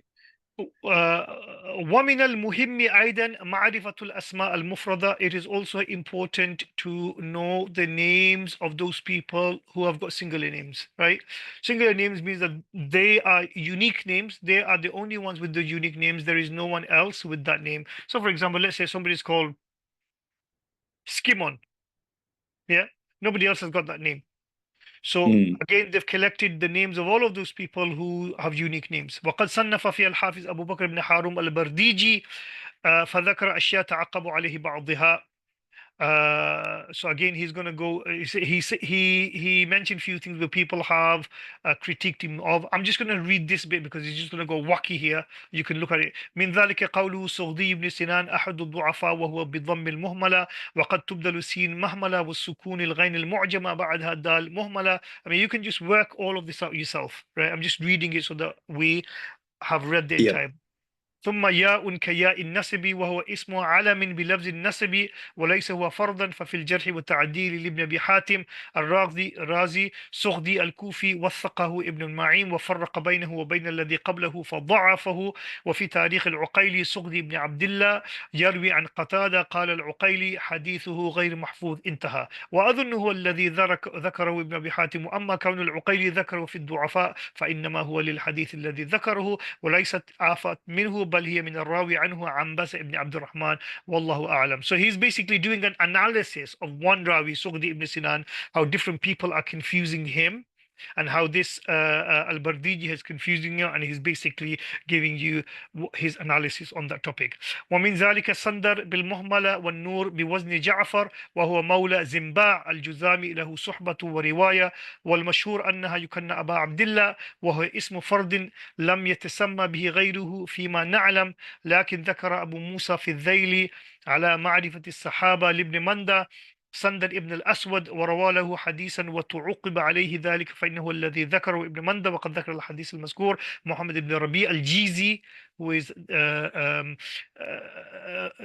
I think is صاحب of Imam شافعي في تاريخ الصحابة الذين نزلوا مصر في ترجمة صندر مولى زنباع وقد حررت ذلك في كتابي في الصحابة, and he mentioned this in his book on Sahaba which is called Al-Isaba في تمييز الصحابة. وكذا معرفة الكنى المجردة والألقاب, and also to know those people who only have kunya, right, but they don't have laqab, kunya, they don't have names. For example, somebody is we get this nowadays, like somebody is called Abu Hanifa or somebody is called Right. Abu Huzaifa, yeah, or اللقب, وهي تارة تكون بلفظ الاسم وتارة تكون بلفظ الكنية وتقع نسبة لعاهة أو حرفة. Sometimes that kunya is to do with some kind of disability, like somebody is called Abu Zinad عن الأعرج, was a tabi'i a'raj because he was lame, and there's a whole you know discussion by this friend of Imam Imam uh, Imam Ibn Hajar, a friend of Imam Ibn Hajar by the name of Shihabuddin al-Makki. He basically wrote a book for fun, right? And in that book, he documents all of those people, biographies of all of people who are disabled, and he also kind of attacks about 6 people from Mecca from his era, and he basically calls them bold, and all these things. And one of the people that he attacks is um, Imam Ibn Hajar al-Haytami. Right, the Shafis call it Ibn Hajar al-Haytami, and he called him bald, and he called him like very ill-mannered. And so then those people who um, this Shihabuddin al-Makki, he attacks, they get really angry. They go to Ibn Hajar al-Haytami, who writes a fatwa against him on ghiba, and saying that he's doing ghiba and there is no benefit to this. What's the use of writing a book, criticizing Muslims just for fun? And that basically says he should retract his book, burn all the copies, and if he doesn't burn the copies, then people should burn the copies of the book. And that Wow. led that book then fatwa then led to Shihabuddin getting attacked by those people who he thinking attacked, and they basically came into his house, ransacked his house, burnt all his copies of the book. So then he wrote a tamer version of that book again. From his notes, he wrote a tamer version. He took the name out of all of the people, and then what he also does is he writes a istifta to four of the muftis of the time of the four madhahibs, and he wrote the fatwa in such a way that the fatwa is in on his kind of like with him, that is it all right to write a book like this if it's for mawa'iz and wa'az and things like that. And everybody says yes. Imam Ibn Hajar Asqalani also come to his rescue, but then he writes a sanitized version of that book, right? But he keeps Ibn Hajar al-Haytami's name in there. He says he's bald and he's ill-mannered and he's cockeyed, his squint. He calls him that. It's quite an interesting fatwa that's happening. Oh If wow. you want to read more on this, there's a Yeah. book by somebody called Catherine Nelson called "Blighted Bodies," and then also Professor Muhammad Ali in his book on disability in Islam goes into depth on this fatwa. Very interesting. So again, these Very ahad. interesting. There's a whole ethics around, in the Quran, Allah subhanahu wa ta'ala says, "La tanabadu bil alqab," don't call others names, but there's a whole ethics. Right. There's all these A'raj and Asla, and all of these kind of names that also come in hadith studies, and people are called by these names. Is it ghiba? Is it not? So there's a whole ethics around this. Yeah. Very fascinating. Our hirfa, or some kind of job. Yeah. وكذا Mm. الأنساب similarly نسب، وهي تارة تقع إلى القبائل، وهو في المتقدمين أكثري بالنسبة إلى المتأخرين. Before, people were living in tribes, so there was more tribal. وتارة إلى الأوتان. So tribes is basically more in the villages or nomads, and وتارة إلى الأوتان, people were living in the cities. وهذا في المتأخرين أكثري بالنسبة إلى المتقدمين متقدمين، والنسبة إلى الوطن أعم من أن تكون بلدا أو ضياعا أو سككا. And the names of these kind of like places is more than localized areas or quarters or just neighborhoods. This is what is diya. And so these are different ways of watan, balad, diya, sikak. Sikak is roads or big area, mujawara, neighborhood. وتقع إلى الصناعي كالخياط والحرف كالبزار. And similarly professions. So the sana'i and hiraf, two different, both of them are for professions. Somebody who is a weaver and another person who's a tailor. ويقع في الاتفاق والاشتباك كالأسماء. There is اتفاق and اشتباه. وقد تقع الأنساب. We got about a page left. Shall we carry on? I know we said half an Yes, hour. let's do it. Right. ومعرفة ومنهم المهم أيضا معرفة أسباب ذلك إلى الألقاب. Okay. وقد تقول الأنساب ألقابا. And similarly, somebody's title might be somebody's name. كخالد بن مخلد القطواني كان كوفيا يلقب القطواني وكان يغضب منها. Some people used to his title was Qatwani, where people started calling him Qatwani, right? And he used to get really angry with that. And with this, we also do that nowadays. ومنهم المهم أيضا معرفة أسباب ذلك الألقاب, and it's important also to know the reasons for this. ومعرفة الموالي. um, so let me pause this and tell you. Yeah, let me pause this and I'll tell you an anecdote. We had a teacher when we were young in madrasa, so I've paused it, so it's not recorded. When we were in madrasa, we had a teacher who used to, we used to say, he used to say to us, "Oh, you guys, your hifz is so kacha. Basically, your hifz is so weak. When we were studying in Bangladesh, our uh, um, our back was gold and our front was gold, right? Basically, back was gold. Shuna means gold. Sona. Our back was gold and our front was gold. Basically means that front sabaq was perfect like gold, and the Quran, our revision was also perfect. Yeah. So do you understand the expression he's using? Yeah. Yeah.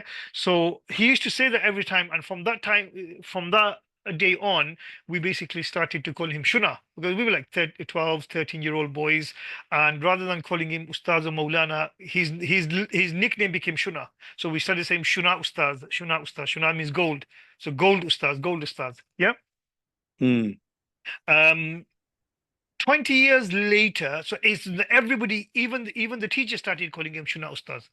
20 years later, I Oh. went back to the same madrasa and somebody said, Shuna Ustaz said this. And I said, okay, well, 20 years later, this name is still going round. So then we asked, like, why do you call him Shuna for?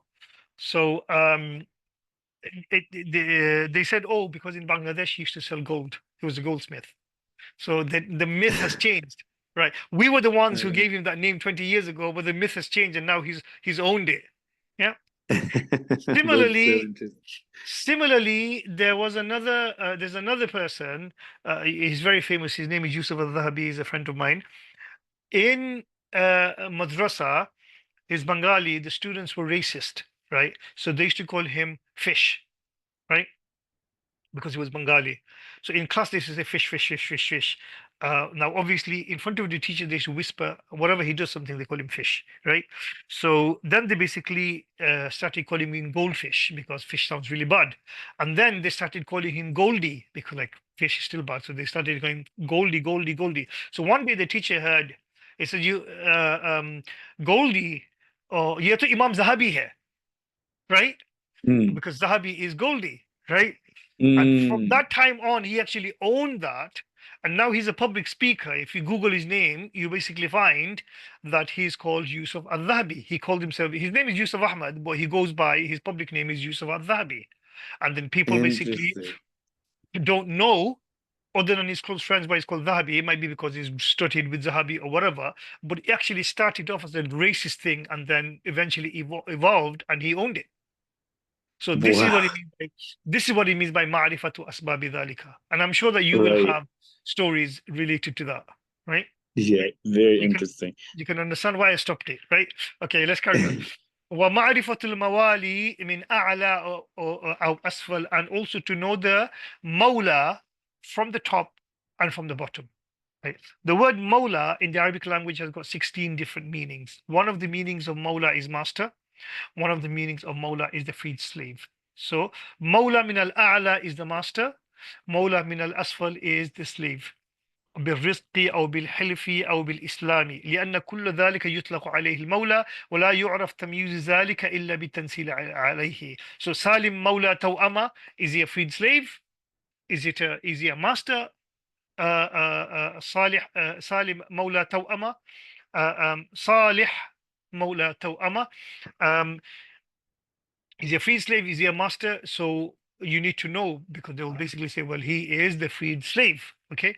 ومعرفة الإخوة والأخوات وقد صنف في القدماء. So for example, Imam Ibn Sirin, his Muhammad Ibn Sirin, he had a sister who was called Hafsa bint Sirin. She was also a hadith scholar as well. كعلي ibn al-Madini has written on this. Ali ibn al-Madini's father, Madini, was also a hadith scholar, but Ali ibn al-Madini declared him to be weak. He said, my father is weak in hadith. ومن ال- Wow. ومن المهم أيضا معرفة آداب الشيخ والطالب. Now we move on from all of that. We move on to more substantial. And to Mm. know the adab of the sheikh and the student.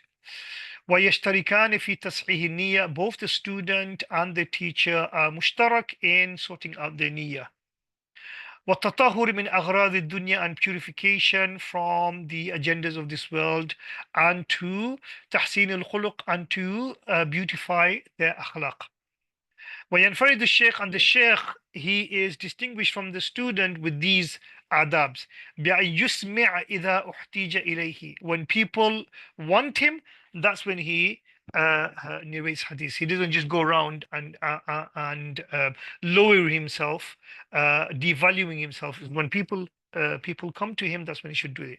ولا يحدث Mm. ببلد فيه أولى منه. He should not do hadith in a place where somebody is better than him is there. بل يرشد إليه. Rather, he should divert the people to the better. Nowadays, ulama don't do that. Everybody's me. Yeah. ولا يترك إسماع أحد لنية فاسدة, and he should not leave out reading hadith to someone because of any bad niyyah. For example, somebody, he might think, oh, this guy's got more followers on Facebook, and if I basically mention the hadith to him, he's going to go and mention it on Facebook and people are going to follow him more. He's not going to give credit to me. Yeah. وأن يتطهر ويجلس, and he should purify himself and sit with وقار, with هيبة, with sagacity. ولا يحدث قائما. He should not do hadith, narrate hadith standing. ولا عاجلا, and not in haste. ولا في الطريق, and not also in the road walking. إلا أن إن اضطر إلى ذلك, except if he is forced to do that. Like, for example, he's there's not enough space, or they're kicked out, and the students have camped outside, or something like that. وأن يمسك عن التحديث إذا خشي التغيير, and to refrain from narrating hadith when he fears that he might be changing something because of whatever illness is, or because of forgetfulness, لمرض, because of illness, or haram, because of old age. وإذا اتخذ مجلس الإجلاء أن يكون له مستمل يقظ, and when he is dictating in the majlis, then he has a notary, somebody who is alert in writing, right? And the Mm. student is ينفرد الطالب, and the student is distinguished from the sheikh بأن يوقر الشيخ, that they respect the sheikh. ولا يضجره, and do not cause him anxiety or harass him. ويرشد غيره لما سمعه, and to also guide others to what they have heard. ولا يدع الاستفادة لحياء أو تكبر, and not to forfeit from benefiting the sheikh because of uh, um, not the word shame, because of shyness, or because of takabbur. Abdullah ibn Mubarak says two types of people will never learn: al-mustahi wal-mutakabbir, a person who is too shy to ask questions, and a person who's too arrogant to ask questions. Right? وَيَكْتُبُ مَا سَمِعَهُ تَامًا, and he writes properly what he has heard. وَيَعْتَنِي بِالتَّقْيِيدِ وَالضَّبْطِ, and he takes much care in writing and in getting the orthography ضبط right. وَيُذَاكِرْ بِمَحْفُوظِهِ, and also he revises his things that he has learnt, memorized, ليرسخ في ذهنه, so that it becomes solid in his mind. ومن المهم معرفة سن التحمل والأداء, and also from the muhim is معرفة سن التحمل والأداء, to learn the to know which is the age for audition, listening, and ada, and transmission. So when can somebody start listening to hadith, and then when can somebody become a muhaddis and start teaching hadith? To also know that Iraq, Basra, Syria, Baghdad, they all have different ages. والأصح, the most dominant opinion is اعتبار سن التحمل بالتمييز. Sin al-tahammul, the age of audition, is considered when a child has reached the level of discernment. So from somebody like 5, somebody like 7, 8 years, where they know what is happening. A 6-year-old child wouldn't really know, right? So you can't really say he's doing tahammul. He might basically be there for barakah. But when you're 7, 8, then they actually know what is happening. هذا في السماع. This is when it comes to listening, right? taking in. وقد جرت عادة المحدثين بإحضارهم الأطفال مجالس الحديث. It's always been the adat of the muhaddithin to take their children to the majlis of hadith ويكتبون لهم أنهم حضروا, and also write in the manuscripts that they also attended. ولا بد في مثل ذلك من إجازة المسمع. And obviously, in something like that, you need an ijaza from the muhaddith, the Muslim, the person who is doing the audition. That, like for example, Imam as-Suyuti, who was born in 849. He basically says that his father took him to the majlis. He remembers that his father took him to the majlis of Ibn Hajar. He was born in 849, Imam Suyuti. Ibn Hajar died in 852. Right. So when Ibn Hajar died, Imam Suyuti was 3 years old. So if he went that Wow. year, he was 3 years old. He either remembers or his father told him that, and then he has like a barakah of ijaza from Ibn Hajar. Does that make Mm, sense? yes. Like we do this, like we collect these items for our children and we give it to them afterwards. Right. وال وال so والأصح في سن الطلب بنفسه أن يتأهل لذلك ويصح the most dominant opinion is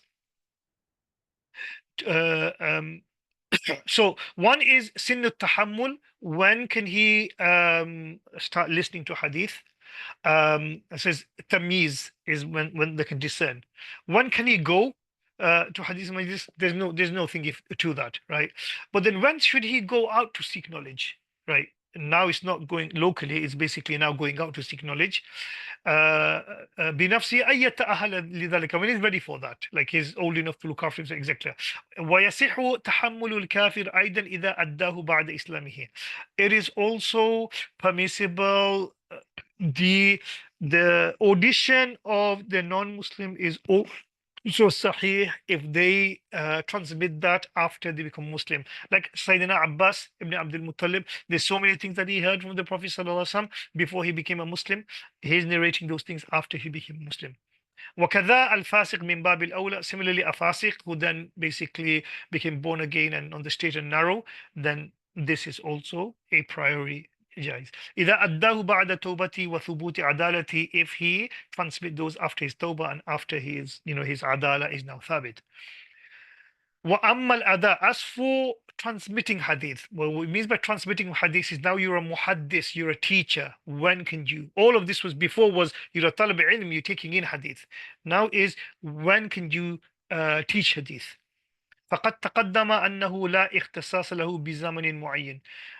It's already been mentioned previously in Adat al-Tahammul wal-Ada that there is no specific age to that. بل يقيد بالاحتياج والتأهل لذلك. It depends on haja and when, if there is a need for it. If there is no need, then you shouldn't. And if the person is ahl of that. وهو مختلف باختلاف الأشخاص. It is مختلف according to the different people will have different capacity. And I made some notes on this when I was reading al-Muhaddith al-Fasil by Imam Ar-Ram Hurmuzi. So here are some notes from so I said the Rawi was originally the Rawi of poetry. The Rawi of Hadith was originally called Alim. These are page numbers mentioned by Muhammad ibn Munkadir. So Sufyan ibn Uyayna heard from Zuhri at the age of 15. He was the youngest student. Ibn Uyayna used to memorize the Hadith before he used to ask Zuhri about them.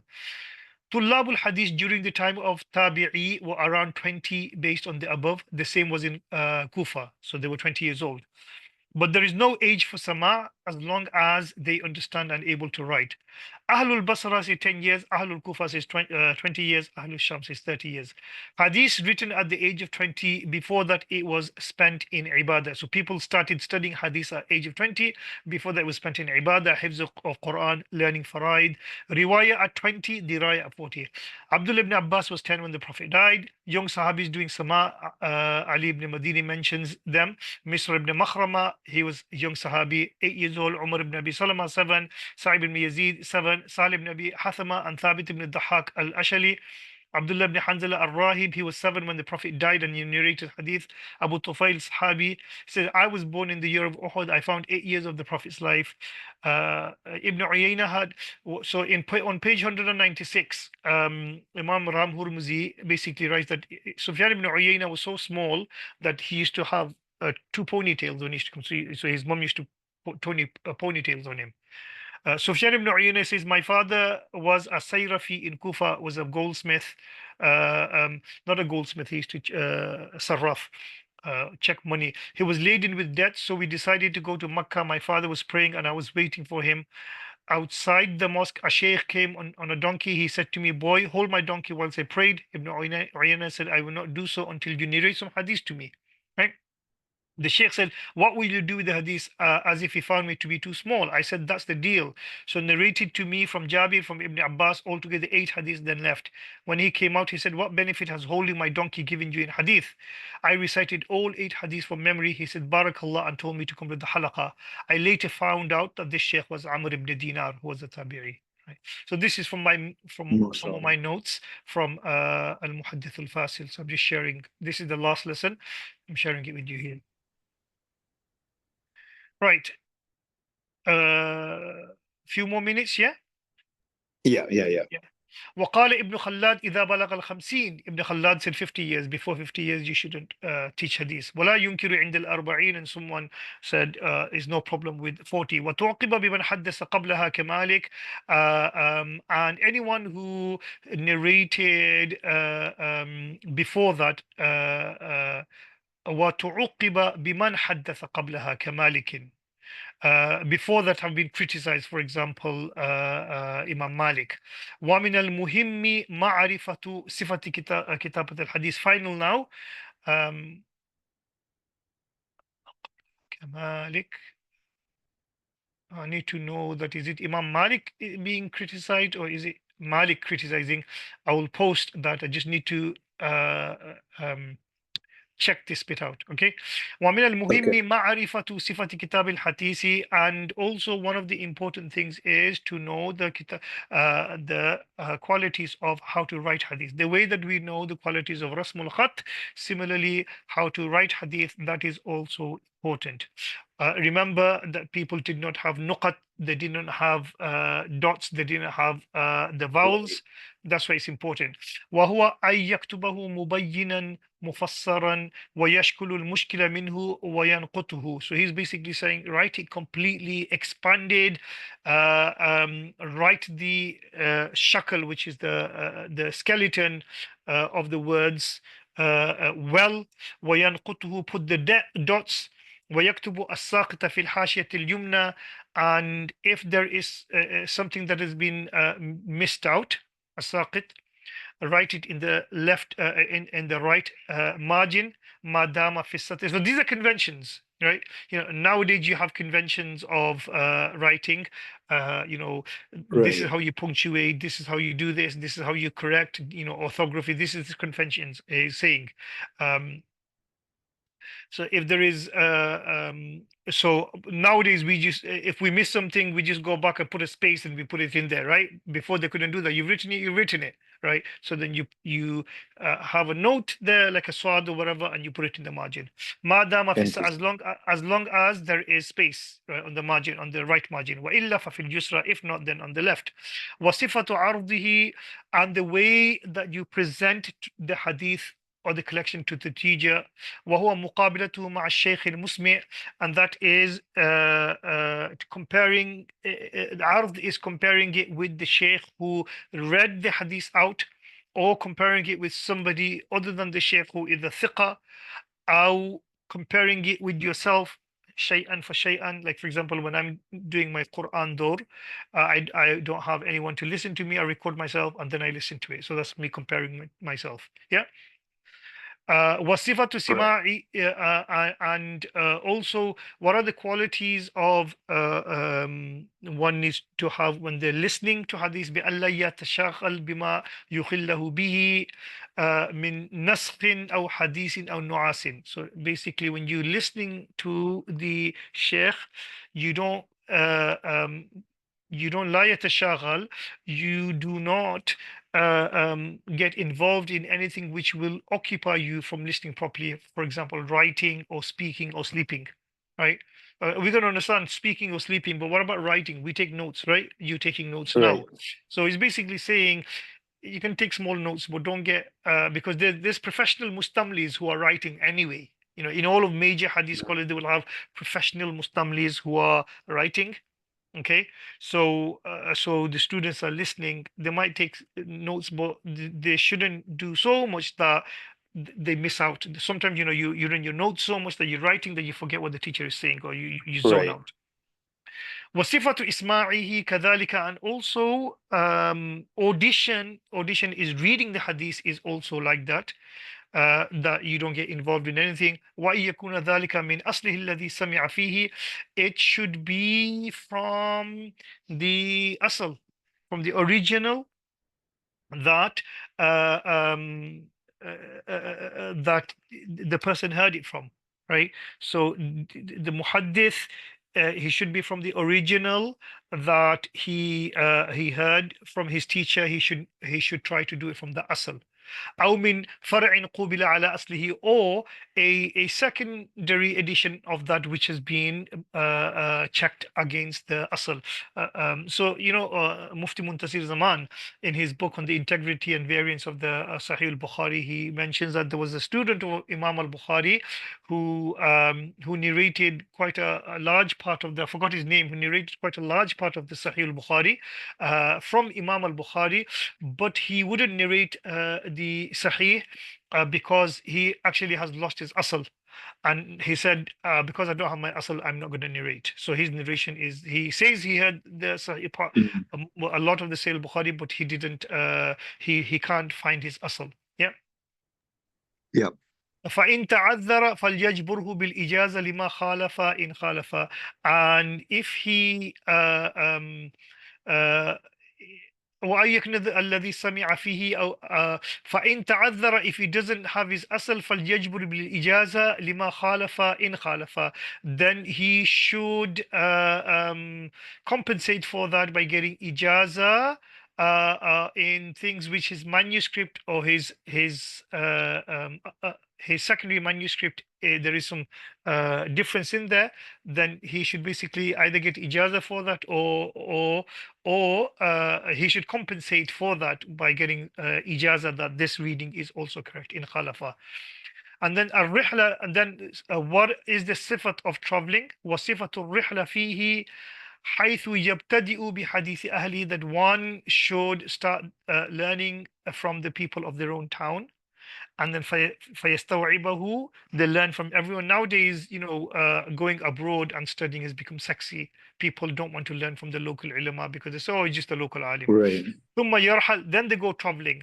فيحصل في الرحلة ما ليس عنده, and in this travel they gain what others do not have, right? Because they've gone outside. ويكون اعتناؤه بتكثير المسموع أولى من اعتنائه بتكثير الشيوخ. And his struggle, or his attention to listening to more hadith is better than his attention or his hardship in collecting more shuyukh. What it basically means by this is that he should try to maximize and work hard in listening to the maximum number of hadiths rather than getting a maximum number of isnad for one particular hadith. So he's got one hadith, he says, oh, let me get Got it. 15 isnad for this hadith. Rather than that, it's better that he hears 15 matan from one isnad each rather than one matan from 20 isnads. Does that make sense? Yep. Because that stuff you can get later. You can take a Right. whole lifetime. وصفة تصنيفه, and also we should have actually had the second lesson, but because it's actually been an hour now, but we It's finished. okay. It's finished, right? Um, وصفة تصنيفه, and I'm getting tired now. وصفة تصنيفه, how do you write books? He says إما على المسانيد بأن يجمع مسند كل صحابي على حدة. Either you do it according to the tariqah of the musnad. The tariqah of the musnad is you collect all of the names of the sahabi, all of the hadith, كل صحابين على حدة. You collect all of the hadiths of the sahaba under their names. So all of the hadiths of sahabi under Abu Huraira, all of the hadiths of Aisha under Aisha, like the way Imam Right. Ahmad bin Hanbal does. فَإِنْ شَاءَ رَتَّبَهُ عَلَى سَوَابِقِهِمْ. If you want to, then you organize it according to the ones who are first in Islam. So Abu Bakr and Abdullah ibn Mas'ud, etc., etc. Or you do it in وَإِنْ شَاءَ رَتَّبَهُ عَلى حروف المعجم, or you do it in حرف معجم. وهو أسهل تناولا, according to the alphabet, and this is easier to navigate. Yeah, obviously it's easier because you have to do a bit of interpretation to know which who came first and who came last, right? Right. أو تصنيفه على الأبواب الفقهية, or you topically topically arrange the material. So you have two genres of, within subgenres of hadith. One is called musnad and the other one is called musannaf. The musnad is the one that is arranged according to rawis, okay, primarily the sahabis, but not necessarily. And the musannaf is that which is organized according to topics and themes. Yeah. Right. Like for example, the first musannaf was Muwatta Imam Malik. Yeah. أو غيرها بأن Mm. يجمع في كل باب ما ورد فيه مما يدل على حكمه إثباتا أو نفيا. For example, the hadiths, you include all those hadiths which relate to that topic, whether it is positive or negative, whether halal or haram. والأولى أن يقصر على ما صح أو حسن, and it is better to only include sahih and hasan hadith. فإن جمع الجميع, if all types of hadiths are mentioned, فليبين علة الضعيف. It is important that the ضعف of the illah of why the hadith is da'if. So ilal is mentioned, such as Imam Tirmizi does that, Imam Nasai does that, mentions the ilal. Yeah. Or Yep. you basically, sorry, Imam Tirmizi does that. Or you do tasnif according to ilal, what the problem is. So for example, like Imam Nasai does according to ilal. How you do that? You basically say, well, this person is the madar of the isnad, and there's 5 isnads going from him, and these are the illats of these isnads. This is Imam Nasai style. فيذكر المتن وطرقه بيان اختلاف نقلته والأحسن أن يرتب على الأبواب ليسهل تناولها. It is best to organize this according to bab so that it is easier. Imam Nasai does that, but Imam al-Tirmizi in Kitab al-Ilal al-Kabir, he organizes it according to names of rawis, which is quite difficult. And without Ibn al-Faris's index, it's very difficult to navigate through that. أو يجمعه على الأطراف, or you collect the hadith according to أطراف. For example, تحفة الأشراف of Imam Mizzi, فيذكر طرف الحديث الدال على بقيته, يجمع أسانيده إما مستوعبا وإما متقيدا بكتب مخصوصة. Or you basically do أطراف. Let me show you what an atraf looks like. So atraf will basically be a hadith which has got the isnads up to the madar, and it'll show you all of the let me show you. How we doing Yep. with time? We're good. Imam al-Mizzi. Yombel, Gautier Yombel was a scholar, German scholar, who spent 20 years, just 20 years, studying the Tuhfat al-Ashraf of Imam al-Mizzi. He Wow. actually wrote an atraf himself. He's got his own usul hadith. Right. Let's look at حرف جيم. من مسند جابر ابن سليم ويقال سليم ابن جابر. Abu Jugri al-Hujaymi عن النبي صلى الله عليه وسلم. This companion called Jabir ibn Sulaim. From his musnadat, right? From his musnadat, what are the hadith? In Abu Dawood, in Tirmizi, and Senior Nasai, I think. Hadith أتيت النبي صلى الله عليه وسلم فقلت عليك السلام يا رسول الله فقال لا تقل عليك السلام فإن عليك السلام تحية الموتى. This is the hadith in Abu Dawud, Tirmizi, and Nasai.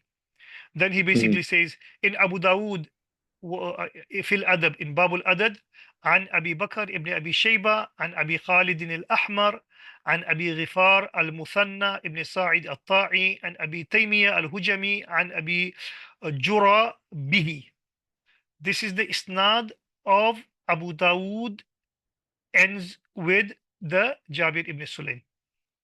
In mhm, Tirmizi, this same hadith is in al-Istizan عن الحسن ibn Ali عن أبي أسامة عن أبي غفار به, right? It stops at Abu Ghifar. And then عن سويد بن النصر عن عبد الله بن خالد الحذاء عن أبي تيمية عن رجل من قومه ولم يسمه بمعنى في أوله. So you can see, so then what it does is, in a way, if you were to develop an isnad bundle, and if you were to do an isnad analysis of this hadith, then what Imam Mizzi has done is, for this particular hadith, he has given you the isnads of this hadith in every single book. All you do is wow, basically take the isnad and you join them up to make a bundle, right? wow, that's very useful. This is he's mentioned the Sahabi, but also it goes below. So like, for example, let's look at Hussein ibn Abdurrahman al-Sulami al-Kufi and Jabir ibn Sulam Samara, right? In Muslim, hadithun la yanqadi hadha al-amr hatta yamdi isna ashara khalifa. He's talking about the 12 khulafa. ثم تكلم بكلمة. Where is this? This is in the Muslim in Al-Maghazi. Yeah, عن قتيبة عن جرير عن رفاعة الهيثم عن خالد ابن عبد الله كلاهما عنه. Given that it might be just one hadith, right? You're right. So this is what he's done, right? And from there, what you can do is you can develop. So it's, we say all of this is to do kind of isnad analysis, comparing the isnads in order to find out which is the sahih isnad, etc., etc. How do you do that? Do you go to each individual book and you do it? You can't do that, but there are people like Imam al-Mizzi who has basically done that for at least the Kutub Sitta and Musnad Imam Ahmad, and he's done that for these books, and the data is there. You just need to kind of use it, and on the basis of that, what Yombal has basically done is he's used Tuhfatul Mizzi. He's got his own uh, you know, uh, own usulul hadith or ulumul hadith, but on the base of on the basis of Imam Mizzi, he does his own stuff. Whether you agree with him or not, that's a different thing. But you have to kind of appreciate the mehnat that he's put in, and it's very very. I'm just looking. Um,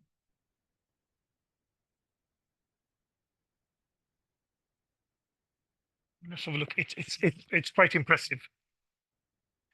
Nope, wrong book. Um,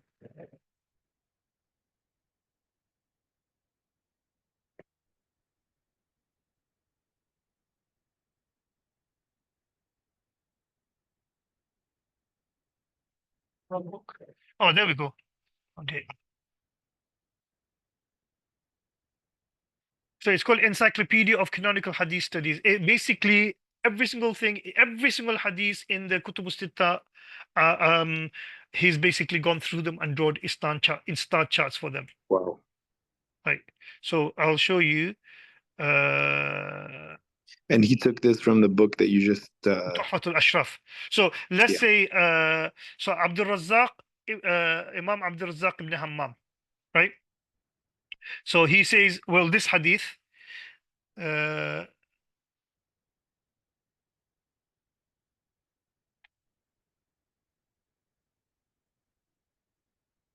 Right. So just I mean, if we have to kind of go through it to follow it a bit. But he says, with the same strand, the Prophet's words, Isa ibn Maryam, so a man steals something, he said to him, did you steal? No, not at all, by him who is the only God. The man said, then Isa said, I believe in God, I hold myself, my eye to be lying.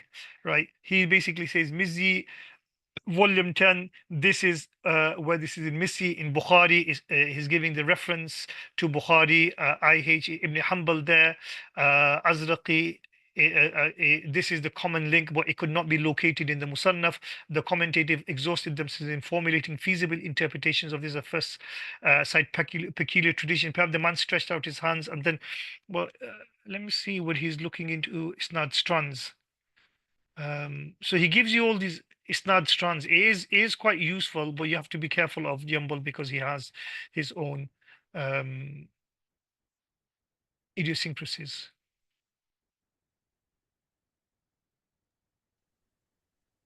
There we go. See, he's developing these isnad strands on the basis of all of this. He's developing the isnad strand here. So, and he has all these funny Yeah. names: dives, spiders, common links, partial common links. Yeah, Amash. He's coming to Amash. So I mean, he's done that. He's done that. He's died now. He died a very sad death. Actually, he became very depressed. But he's dedicated his life to this. And out of all of the Orientalists, he has actually studied the Hadith the most. He has his he's doing it for the purpose of history. So he doesn't. Hold them. He holds hadiths to be historical documents, not documents which are pious to practice. Yeah. Interesting. فيذكر طرف الحديث الدال على بقيته ويجمع أسانيده إما مستوعبا وإما متقيدا بكتب مخصوصة. Mention all of the isnads all together, or متقيد like تحفة الأشراف is just for the كتب الستة. ومن المهم معرفة سبب الحديث, and one of the important things is to know the سبب الحديث. وقد صنف سبب الحديث is أسباب ورود الحديث, why a hadith has been mentioned.